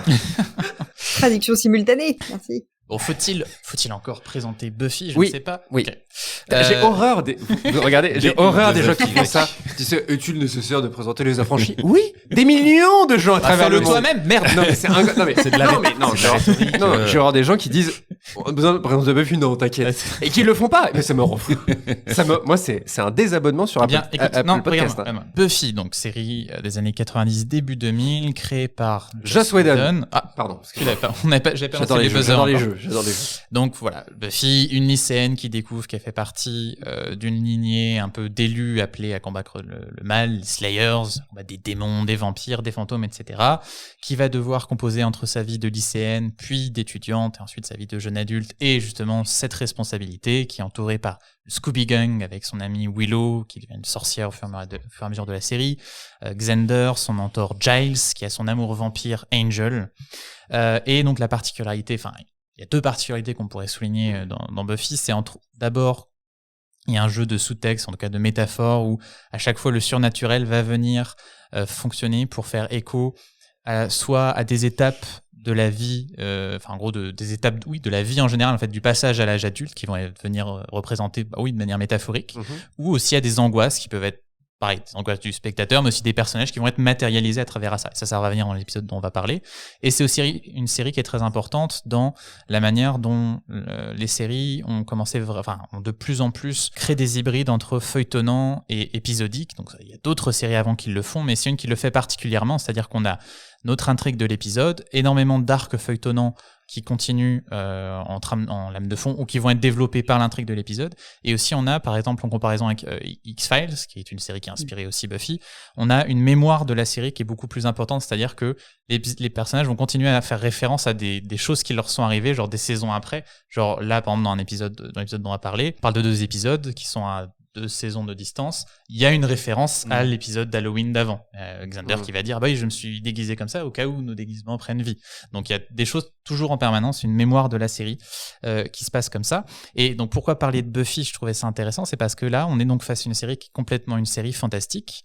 Et donc quelle forme ça prend un épisode d'Halloween dans une série fantastique? Parce que là, on a pu le côté rupture et créative de venir changer de genre, en fait. On peut plus, il y a plus ça, en fait, avec un épisode d'Halloween. Fantastique, et en plus, plutôt, qui lorgne quand même régulièrement vers des trucs un peu déjà horrifiques, quoi. Oui, voilà, on est dans ce genre-là. Et donc. C'est un peu Halloween à chaque épisode. Ouais, on va le dire. C'est ce qui est écrit dans le conducteur. C'est moi Ça qui fait l'ai bien écrit, mais. Ça, par contre, c'est moi qui l'ai Ouais, dit, ouais, voilà. Merci. Mais c'était pas mal, c'est pour ça que je l'ai volé. Ouais, super. Et là, il me semble que justement, là, Buffy fait le choix plutôt justement de prendre des pratiques d'Halloween et de les transformer en thème. Ce qui va se passer, par exemple, c'est que là, donc on a dit, on a 2 épisodes. Dans le premier, c'est Halloween, saison 2, qui, bon, pour le résumer rapidement, les héros vont aller acheter des costumes et il se trouve que le costumier qui leur vend les costumes, est quelqu'un de malfaisant qui va jeter un sort qui fait qu'en fait, ils vont perdre leur identité et que leur identité va être remplacée par les costumes qu'ils portent. Donc là, on joue sur les costumes d'Halloween. Et ensuite, on a Fear Itself, où les personnages là se rendent à une soirée dans une fraternité où les frat boys qui sont débiles ont utilisé un grimoire et ont fait un saut sur le sol qui invoque un démon. Les gens se retrouvent coincés. Donc deuxième truc, la maison hantée qu'on n'a pas encore eu, on peut parler encore aujourd'hui. Et ensuite là, les héros vont devoir affronter les matérialisations de leur propre peur. Donc là, Halloween, la peur, on est en train de travailler ces trucs-là. Dans les deux cas. Et donc c'est vraiment un reflet de Buffy. Je trouve ce qui est intéressant, c'est qu'on a justement toujours ce lien avec le parcours des personnages. Dans Halloween, qui est l'épisode avec les costumes, on s'insère vraiment sur des questions de leur identité. Avec Buffy, qui a une période de sa vie où elle aimerait bien être juste une jeune fille, juste pour avoir des rencarts, ne plus avoir donc tout ce qui la pèse. Donc elle prend la robe de semi-princesse et ça nous amène à des jeux avec les codes de la série où Buffy d'habitude c'est celle qui sait ce qu'il faut faire, qui va casser la gueule au monstre, et on a cette scène où un monstre arrive, Willow fait Buffy, qu'est-ce qu'on fait ? Et Buffy s'évanouit parce qu'elle a peur, et donc on a tout ce ressort comique qui arrive dans l'épisode, et chaque personnage va avoir son petit souci. Alors Xander, c'est le plus ridicule avec son souci de virilité, qui fait que donc là il se retrouve en super soldat qui sait tout faire. Willow qui elle devient un fantôme parce que justement c'est par rapport à sa timidité. Mais tous les personnages, donc tu as un thème, donc encore une fois le thème du masque, on a la statue de Janus en plus qui sert à lancer le sort. Continue, on a des petites choses sur Angel qui est avec son vrai visage de vampire que Cordelia ignore et dont on parle, et on a même une révélation sur le passé de Giles, le mentor impeccable de Buffy, et on découvre en fait Giles a un passé sombre, donc on tombe le masque pendant tout l'épisode, et c'est quelque chose qui est travaillé là-dessus. Et en même temps, et puis qu'on nous dit même carrément, c'est quoi, je sais plus, je l'avais noté là, mais oui, c'est sur le Halloween, not you is you, but not you. Et c'est vraiment le thème de l'épisode. Et en fait, c'est un jeu narratif pour une série de travailler les différentes versions de personnages. Dire, tiens, qu'est-ce qu'on pourrait faire si notre personnage était complètement différent de ce qu'il est d'habitude. Et en même temps, ce que je trouve rigolo aussi, c'est qu'on a un tout petit détail qui là rentre carrément dans la construction d'univers, où on nous dit, Halloween, par contre, les vampires, non, il y a personne, ils sortent pas, ils trouvent ça de mauvais goût, il se passe rien. Donc ils arrivent aussi à se dire, tiens, qu'est-ce qui peut se passer? Et du coup, Giles, c'est... Ouais, c'est ça, off, quoi. C'est bon, c'est tranquille, il va rien se passer. Et on transforme ça donc pour exploiter le thème d'Halloween. Et dans Fear Itself, même chose, on va refléter les peurs des personnages avec des peurs qui sont existentielles de Buffy. Est-ce que je peux m'ouvrir à quelqu'un ? Est-ce que je peux encore m'ouvrir à quelqu'un ou pas ? Xander qui se dit tiens, tous mes amis partent à l'université, font des trucs sans moi. Est-ce que je suis devenu invisible ? Donc il devient invisible, etc. Willow qui se dit moi je sers à quelque chose, personne ne me croit, mais ça se retourne contre elle quand elle essaie quelque chose, etc. Donc on travaille sur ce thème-là. Ce que j'aime beaucoup moi dans cet épisode, en gros, c'est que du coup c'est vraiment presque une représentation du fonctionnement de la série, où on nous montre vraiment, là, c'est leur souci qui se matérialise, qui est la façon dont fonctionne de toute manière la série dans son utilisation du surnaturel, jusqu'à la fin, qui est un gag, mais qui est pas juste un gag, avec cette idée que ils vont trouver le démon qui fait ça, et il se trouve que ce démon, il est tout petit. Alors comment tu l'analyses, toi, ça? Pour moi, c'est la représentation qu'en fait, t'as peur quand tu finis par avoir du recul. C'est juste un tout petit truc ridicule. Et en fait, ça leur permet d'avoir ce recul dessus et de pouvoir le vaincre. Et donc, en fait, pour moi, c'est vraiment comme ça que fonctionne cette fin. Et du coup, c'est vraiment... Bon. Non, il est bon. C'est vraiment le système de Buffy qui est un peu mis en exergue dans cet épisode-là. Et c'est vrai que j'aime beaucoup, en tout cas, Fear Itself. Et Halloween, c'est un peu différent. Je l'aime bien, mais il faut rappeler que Halloween, en fait, on est en début de 2e saison. Buffy n'est pas encore tout à fait Buffy. C'est-à-dire que la première saison est très courte. Vraiment un tout petit budget, et donc Joss Whedon apprend encore à faire sa série. La saison 2 c'est mieux, et là c'est un peu à des derniers épisodes un peu innocents de Buffy, on pourrait dire. genre elle est encore en train d'essayer de sortir avec Angel, etc. En milieu de saison 2, la Buffy, il y a à la fois les meilleurs épisodes de la saison 2 qui arrivent et qui vont changer la série à jamais. On n'aura plus vraiment ensuite forcément ce ton-là dans la suite de Buffy. Il y a une illusion qui va être perdue en cours de saison 2 et c'est un des derniers épisodes un peu ludiques comme ça de la série. Et voilà pourquoi je voulais qui gardera quand même cet aspect toujours symbolique. Ah oui, toujours, c'est ça. Mais il y a encore une innocence dans Buffy à ce moment-là de la Ouais. série qui va être perdue assez rapidement et on va aller parfois sur des choses très très très très sombres par la suite. Mais c'est pour ça qu'il y a un autre épisode d'Halloween dans la saison 6, je crois, qui est pas du tout le même ton, par exemple. Très intéressant. Briac. Qu'avez-vous pensé de ça Qu'est-ce que j'ai pensé de ça ou de l'épisode? De ça, en général, le Stephen King, du coup. La tour sombre. Il est bon. Rêve encore horrifique et il est excellent, excellent. Mariez-le, putain. Oui. Qu'est-ce que j'ai pensé de cet épisode? Moi, je suis pas un très très grand fan de Buffy, mais pour le coup, comme je le disais sur Community, mais là, je suis quand même beaucoup plus optimiste sur Buffy. C'est que j'ai pas vu en fait, tu vois. Donc, et ce que j'en ai vu, je l'ai apprécié. Mais il y a cet épisode donc que Justine a mentionné plutôt sur l'épisode comédie musicale, quoi, hein, pour faire simple. Où est-ce qu'on l'aurait diffusé par hasard? Où est-ce qu'on aurait pu le voir? Moi, je l'ai dit. Je dis la réponse dans la question. On a diffusé cet épisode et que j'ai découvert sur grand écran, ce qui est quand même une chance que tout le monde n'a pas eu. Et justement, ce côté symbole aussi fonctionne très bien avec cette fin où justement, quand ils peuvent parler, bah, ils arrivent plus à communiquer. Et là où c'est une des fois, je me dis, ah, Buffy, ouais, tu vois, c'est pas juste des trucs pas forcément super bien vieillis en 2023 non, moi j'ai préféré l'épisode Fear Itself que le deuxième avec les costumes qui y prennent vie. En fait, j'ai trouvé ça trop grosse ficelle. Pourquoi Willow se souvient qu'elle est Willow? Pourquoi est-ce que c'est la seule à garder son identité? Ah oui, bah, je sais pas. Bah ouais, bah moi j'ai appelé Joss Whedon, il m'a dit va niquer ta mère. Je dis quand même Joss, calme-toi. Très mal poli, Très impoli surtout.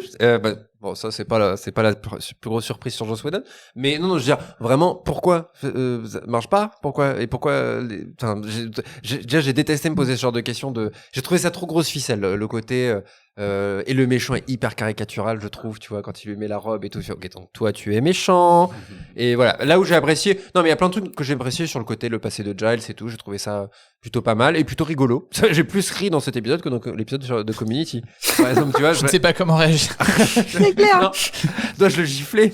Non, mais c'est parce que Giles c'est le vrai héros. Voilà, tout s'explique. J'ai pas passé un mauvais moment ou ni un moment excellent, mais j'ai trouvé ça sympathique et pour le thème de l'émission, je trouve que c'est vachement dans ce thème-là justement parce que Buffy c'est un peu Halloween à chaque épisode quoi finalement.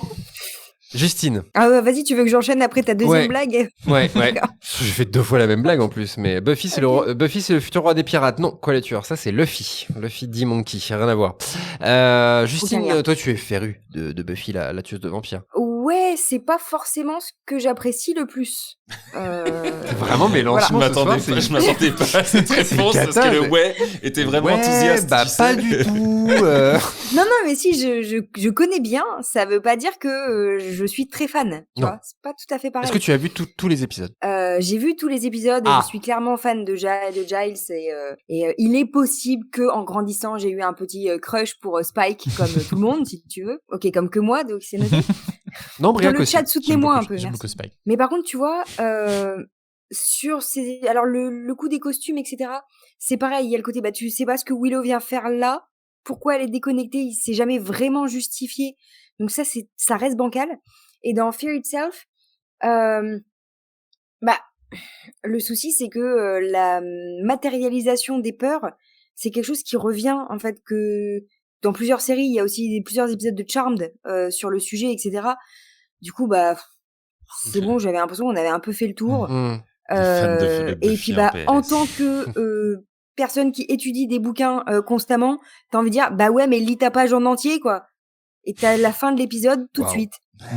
Elle est remontée. Suivez les quêtes, merde. Voilà. Donc c'est un peu un agacement. Non, mais je crois que. Non, mais on voit, oui, je vois ce que tu veux dire. De revoir, je me rappelle à quel point c'est Willow qui m'agace en fait, je pense. Ah ouais? Voilà, oui. Elle mais a un parce côté que, agaçant, Willow, attention, hein. Elle ne mérite pas Oz. On la kiffe. Alors, moi, je trouve que j'aime pas Oz, mais bon, bref. Bon, et c'est parce notre qu'il joue amitié très mal, s'arrête Seth ici. Green. Briac, merci beaucoup. Guillaume, toi, t'as pensé quoi de Fear Itself? Tu avais déjà vu l'épisode? Oui, je pense que j'ai regardé Buffy dans son entièreté. Ah ouais? Putain, comment j'ai pas vu Buffy en entier trilogie du Personne samedi. n'est surpris ici. Personne n'est surpris. Trilogie du samedi, mec, en même temps. Donc voilà, Oui, quoi. bah, C'était le rendez-vous. moi, C'était le rendez-vous, j'étais quoi. petit, hein. Ben ouais, mais c'est pour ça. Pas d'excuses. Je suis vieux. Et donc, ouais, non, je l'ai trouvé assez ludique, en fait, en termes de production. Déjà, il est cool, quoi. C'est-à-dire que. Tu parles duquel ? Franchement, alors de Fear Itself. Parce que, voilà, quoi, histoire de. Parce que, bon, effectivement, Halloween, il est rigolo, mais j'ai pas grand-chose. Enfin, il m'a pas particulièrement marqué, quoi. L'histoire en elle-même est très simple, en fait. Elle se résout facilement, voilà, quoi. Alors que ouais, Fear Itself, enfin je veux dire, nous on a mis un petit peu les petits plats dans les grands là ce soir pour faire un petit décor, mais alors dans Buffy et dans Fear Itself, la maison ils l'ont redécoré. C'est des étudiants, je sais pas quel budget ils ont pour faire ça, mais c'est incroyable. Surtout pour la raison pour laquelle ils le font, quoi. C'est voilà. Et donc ça déjà il y avait un côté ludique là-dessus et c'était pas mal foutu, quoi. Et le petit référentiel aussi à l'épisode d'Halloween d'avant, ça fait toujours plaisir. Ça comme ça récompense la fidélité aussi, ça c'est cool, quoi. Et ouais, enfin à un moment donné, il y a un squelette en plastique qui devient vraiment très les contes de la crypte et tout. Enfin moi j'ai apprécié cette production value là, ce côté très horrifique en fait qui les globes là oculaires, et tu mets ta main dans un bol de globes oculaires et en fait tu regardes, c'est vraiment des globes oculaires parce que tout est en train de changer dans cette maison. Et donc ensuite l'épisode globalement encore une fois voilà enfin c'est la thématique qui est intéressante, le fait de creuser les peurs, etc. Mais l'histoire n'est pas particulièrement palpitante, on va dire. Par contre, j'ai beaucoup ri à la fin. Et en plus, je trouve que la fin tombe vraiment comme un cheveu sur la soupe. Ouais. C'est-à-dire que il y a cette scène finale vraiment où ils sont tous retrouvés. Et puis t'as Giles qui ouvre son livre et qui dit « Je n'avais pas lu la légende ». Et là, tu t'attends à une espèce de twist incroyable. Et je ne le dirai pas ce que c'est, parce que regardez l'épisode, mais ça conclut... Tu l'as dit ce que c'était le... Non, parce que c'est encore un truc en plus.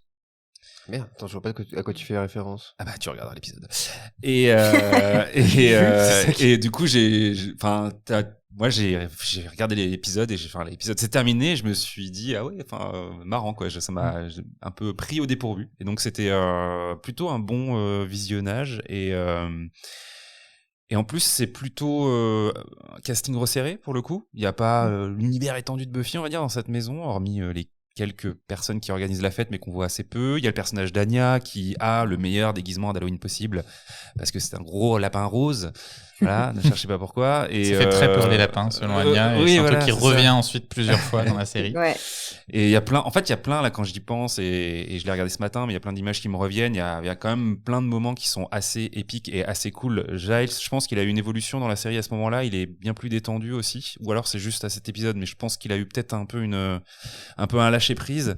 Et à un moment donné, il arrive devant une maison du coup qui n'a plus de fenêtres et plus de portes, et donc il s'inquiète de savoir comment ils vont rentrer dedans. Et Giles se dit pas de souci, je vais faire une porte. Tout le monde pense à est-ce qu'il va sortir peut-être un grimoire, faire une incantation, et il sort une tronçonneuse pour défoncer la paroi en bois. Enfin, c'est plein de petits trucs comme ça qui, je trouve, fonctionnent bien dans l'épisode, sont assez surprenants et se regardent vraiment sans déplaisir. Pour le coup, je mettrai mon petit tampon Halloween approved dans une sélection. Non, mais il en a un en plus. Hein. Il en a vraiment. Plus que Community, tu vois, je dirais que celui-ci, vraiment, il a tout ce qu'il faut en termes d'ingrédients par rapport à Halloween, quoi. Il fait un peu peur, il est drôle et il y a des moments badass. Alors pour préciser aussi pour les gens comme Charles qui n'ont pas vu tout Buffy, c'est des pour les connards, pour les incultes. Bref, voilà.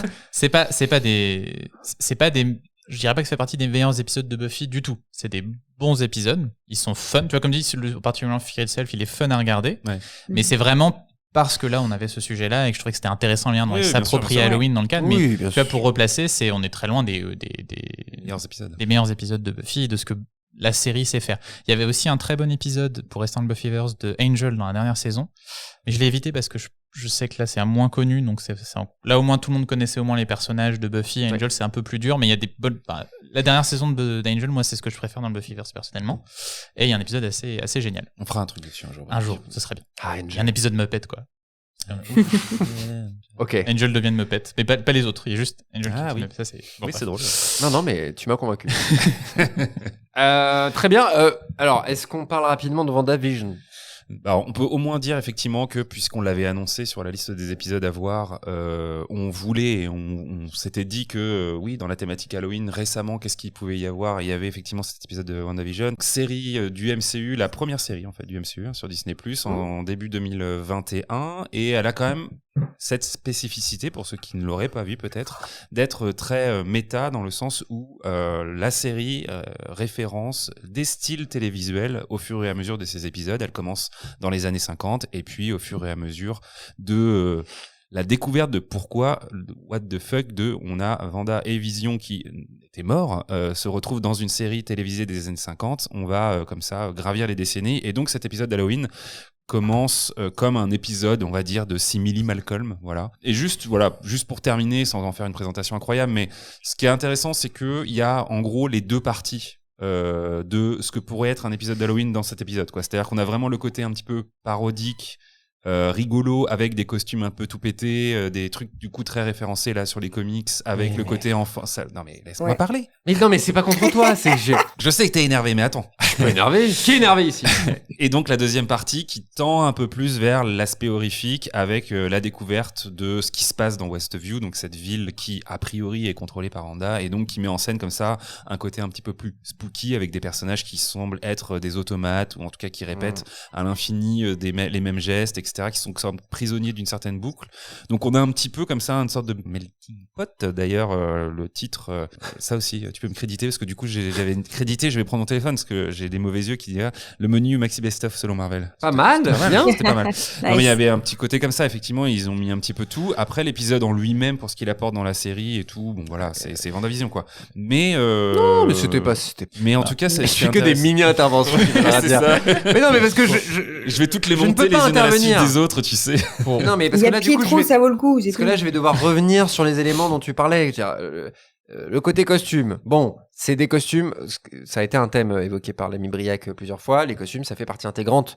L'image qu'on a d'Halloween, dans les séries. On attend le fantôme, le drap sur la tête pour faire un fantôme, etc. Là, c'est une cata. C'est-à-dire que il y a des costumes, mais c'est pour les personnages principaux en tout cas, c'est du fan service, mais à la truelle, quoi. C'est-à-dire que Vision lui remet le vieux costume des comics et ça marche pas. Enfin, du coup, il est tout vilain. Wiccan, parce que du coup, les deux gamins, je vais pas vous faire toute l'histoire de Marvel Comics, mais les deux mioches, les deux jumeaux de Wanda et Vision sont déguisés Speed comme leur personnage. Et Wiccan. Et du coup, Wiccan a le costume inspiré de Thor. Voilà, et on s'en fout. On s'en fout complètement. Dans la série, c'est fou. Wiccan ne sera jamais développé par la suite, ni dans les films, ni dans la série. Il existe même pas vraiment, du coup, globalement, quoi. Alors, il revient dans Doctor Strange 2, mais tout ça pour ça, quoi. Tu vois, le costume, vraiment, le costume 1, tu fais, marrant, ils ont fait le costume des comics, le costume des années 40. Deuxième personnage, même blague. Troisième, et Pietro qui vient et qui du coup on te met l'extrait de Pietro Aaron Taylor Johnson, ensuite on te le met en Evan Peters et compagnie, genre vraiment c'est d'une lourdeur je trouve ce côté. Tu plisses les yeux quand je dis ça. Oui. Je trouvais ça n'apporte rien, et je reviens là-dessus aussi, je pense qu'on est plusieurs à aimer Malcolm ici, vraiment l'hommage à Malcolm, il est pété. Oh la vache, c'est pas mais vraiment c'est vraiment déjà, c'est pas un hommage. Non mais en fait, pastiche. C'est pour ça qu'il y a un côté. C'est un hommage. C'est pour ça qu'il y a un côté best-of. C'est que. Non mais là où tu fais cette petite moue que tu fais, c'est parce que c'est un très mauvais hommage, mais c'est voulu. Ils l'ont écrit, ils l'ont envoyé à Kevin Feige pour qu'il valide. Il avait écrit, on veut faire un hommage à Malcolm in the Middle. C'est ça qu'ils ont voulu. C'est foiré comme hommage, effectivement. Complètement. C'est pas un hommage. Mais c'est un mais qu'on le veuille ou non, c'est un hommage. Et l'hommage, le générique, du coup, ça marche pas parce que le générique, il est pas bien fait et ça ne reprend que à peine la typographie de la série Malcolm, et c'est pas bien. Et vraiment, les gars, j'ai même pas envie de vous trouver de la bonne volonté, quoi. Je veux dire, justement, c'est pour ça qu'il y avait écouté mes best-of, c'est qu'en fait, l'épisode n'est pas un épisode de hommage à Malcolm, c'est juste le début qui évoque Malcolm, en fait. Oui. Parce que très vite, on passe à un épisode, en effet, Halloween, et très vite, on passe à la méta-histoire de ce qui se passe à l'extérieur de la ville, ce que Vision va commencer à découvrir et tout ça, et petit à petit, on va justement rentrer dans plus qu'est la série WandaVision. Mais voilà, Malcolm, c'est vraiment juste d'avancer, on va dire, dans la chronologie des séries télé et tout ça. Et c'est parce qu'elle regardait Malcolm quand elle était petite, c'est ça? Il y a un bail comme ça. Au final, oui, on t'explique que les séries l'ont sauvée d'un moment de souffrance. C'est fait pour te dire, oui, mais c'est parce qu'elle l'a fait sur la base de ses souvenirs petits, machin, tu vois. Mais du coup, ça veut dire que le temps a fait qu'elle se souvient plus de tout parfaitement, tu vois. C'est parce Donc, qu'en fait, c'est éclaté. elle Voilà, a c'est découvert l'histoire de la télévision américaine avec Vision et ça fait partie de son histoire. Briac, t'as Ok, pas aimé, je conclue. t'as pas aimé, voilà, conclu Ok. de manière brillante. Alors, j'avais aussi proposé cet épisode parce que je me suis dit, c'est intéressant, ça fait une synthèse parce que c'est à la fois une série fantastique comme Buffy qui fait un épisode d'Halloween, mais c'est aussi une série qui fait référence aux sitcoms qui font des épisodes d'Halloween comme nos 2 premiers épisodes. Donc il y avait une synthèse intéressante. Sauf qu'en fait, quand j'ai regardé l'épisode ce matin, pour me le remettre en mémoire, je fais, c'est tout ce que j'ai à dire dessus. Ouais, c'est ça. Parce que la manière dont elle le fait, Mais c'était la seule j'ai rien volonté de la trouvé à série dire aussi, quoi. personnellement. Donc voilà, c'est une synthèse, mais j'ai pas trouvé que la manière dont c'était fait était, en tout cas, personnellement, particulièrement Réussi. Réussi ou intéressante, quoi.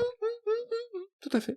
Non, mais je suis d'accord. Il n'empêche que ce qui est intéressant quand même, c'est de se dire qu'ils ont voulu respecter justement cette espèce de rituel de faire dans de la sitcom un épisode d'Halloween, que en plus l'épisode est un peu un pivot dans l'histoire de la série et que ils ont vraiment essayé de respecter ce truc un petit peu de se créer des repères et des rituels mais il est pas sorti à Halloween. Mais par contre, il est pas sorti du tout à l'épisode d'Halloween. Ouais. Non, mais surtout que j'allais dire, du coup, ils ont récupéré l'horreur de ce qu'on parlait de ce que ça permet de déconstruire. En fait, non. cette bascule se fait quand même sur un épisode horrifique, quoi. Enfin, horrifique, spooky. Mais en tout cas, c'était intéressant. On aurait dû faire un peu plus long sur WandaVision, finalement. Mais voilà, le temps presse.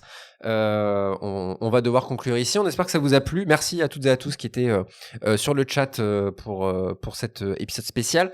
Du coup, probablement que le prochain épisode, c'est l'épisode consacré à la chute de la maison Usher, peut-être. On se dit ça. En termes de podcast pur, vous qui pas êtes en live en tout cas. Oui, abonnés, c'est pas ça que j'ai voulu dire. On va avoir dans les tuyaux une watchlist sur La Roue du Temps saison 2. Et oui les gars, vous avez pas voulu la regarder, mais moi je l'ai regardée. Ma meuf l'a regardée. La watchlist. Elle m'a dit à la fin quand même. Voilà. Avec ce bon Captain Popcorn, qui sera le premier invité du format watchlist. Donc est-ce qu'il est salé ? Il est plutôt sucré comme popcorn sur la série La Roue du Temps. Peut-être ma vanne préférée de toute la soirée. Et donc après effectivement la maison Usher si vous êtes chaud carrément. Moi je suis chaud en tout cas. Briac, merci pour tu as été brillant ce soir. Vraiment, j'ai trouvé ça, je pourrais t'écouter pendant des heures. Je vais venir à tes cours, tous ces compliments. Non mais c'est très intéressant et Justine bien entendu. C'était hyper intéressant, Justine qui m'a donné envie de me replonger dans Futurama. Maintenant, j'ai envie de me replonger dans toutes ces petites séries. Tu n'auras pas réussi, Justine, à vouloir me faire replonger dans Community. Plonger tout court d'ailleurs, malheureusement. Tu as mis beaucoup de bonne volonté, mais c'est non. Merci à toutes et à tous de nous avoir écoutés. N'hésitez pas à partager cet épisode s'il vous a plu. Mettez 5 étoiles si vous pensez qu'on les mérite, bien sûr. Faites-le. Pitié, faites-le. Mettez 5 étoiles sur votre appli de podcast préféré. C'est un énorme soutien pour nous. Merci le chat. On se retrouve sur Twitter, sur Instagram, sur les réseaux sociaux de Spoilers. Et on vous dit à très vite. Sur Blue Sky. Sur Blue Sky. Tu m'as fait peur. Pardon, je me suis réveillé d'un coup. Et à très vite dans Spoilers. Bisous. Salut. Bonus. Trax. Alerte rouge pour tous les fans de Star Trek. Pour avoir des analyses détaillées sur chacun des épisodes des nouvelles séries Star Trek, écoutez Le Cadran Pop, un podcast qui analyse tout Star Trek, à commencer par tous les épisodes des séries récentes. On parle aussi des films et de plein d'autres choses. Alors si vous voulez vivre longtemps et prospérer, écoutez Le Cadran Pop sur toutes les applications de podcast via le flux du coin pop. Et vous pourrez aussi vous téléporter sur notre site internet podcast.lecadranpop.fr.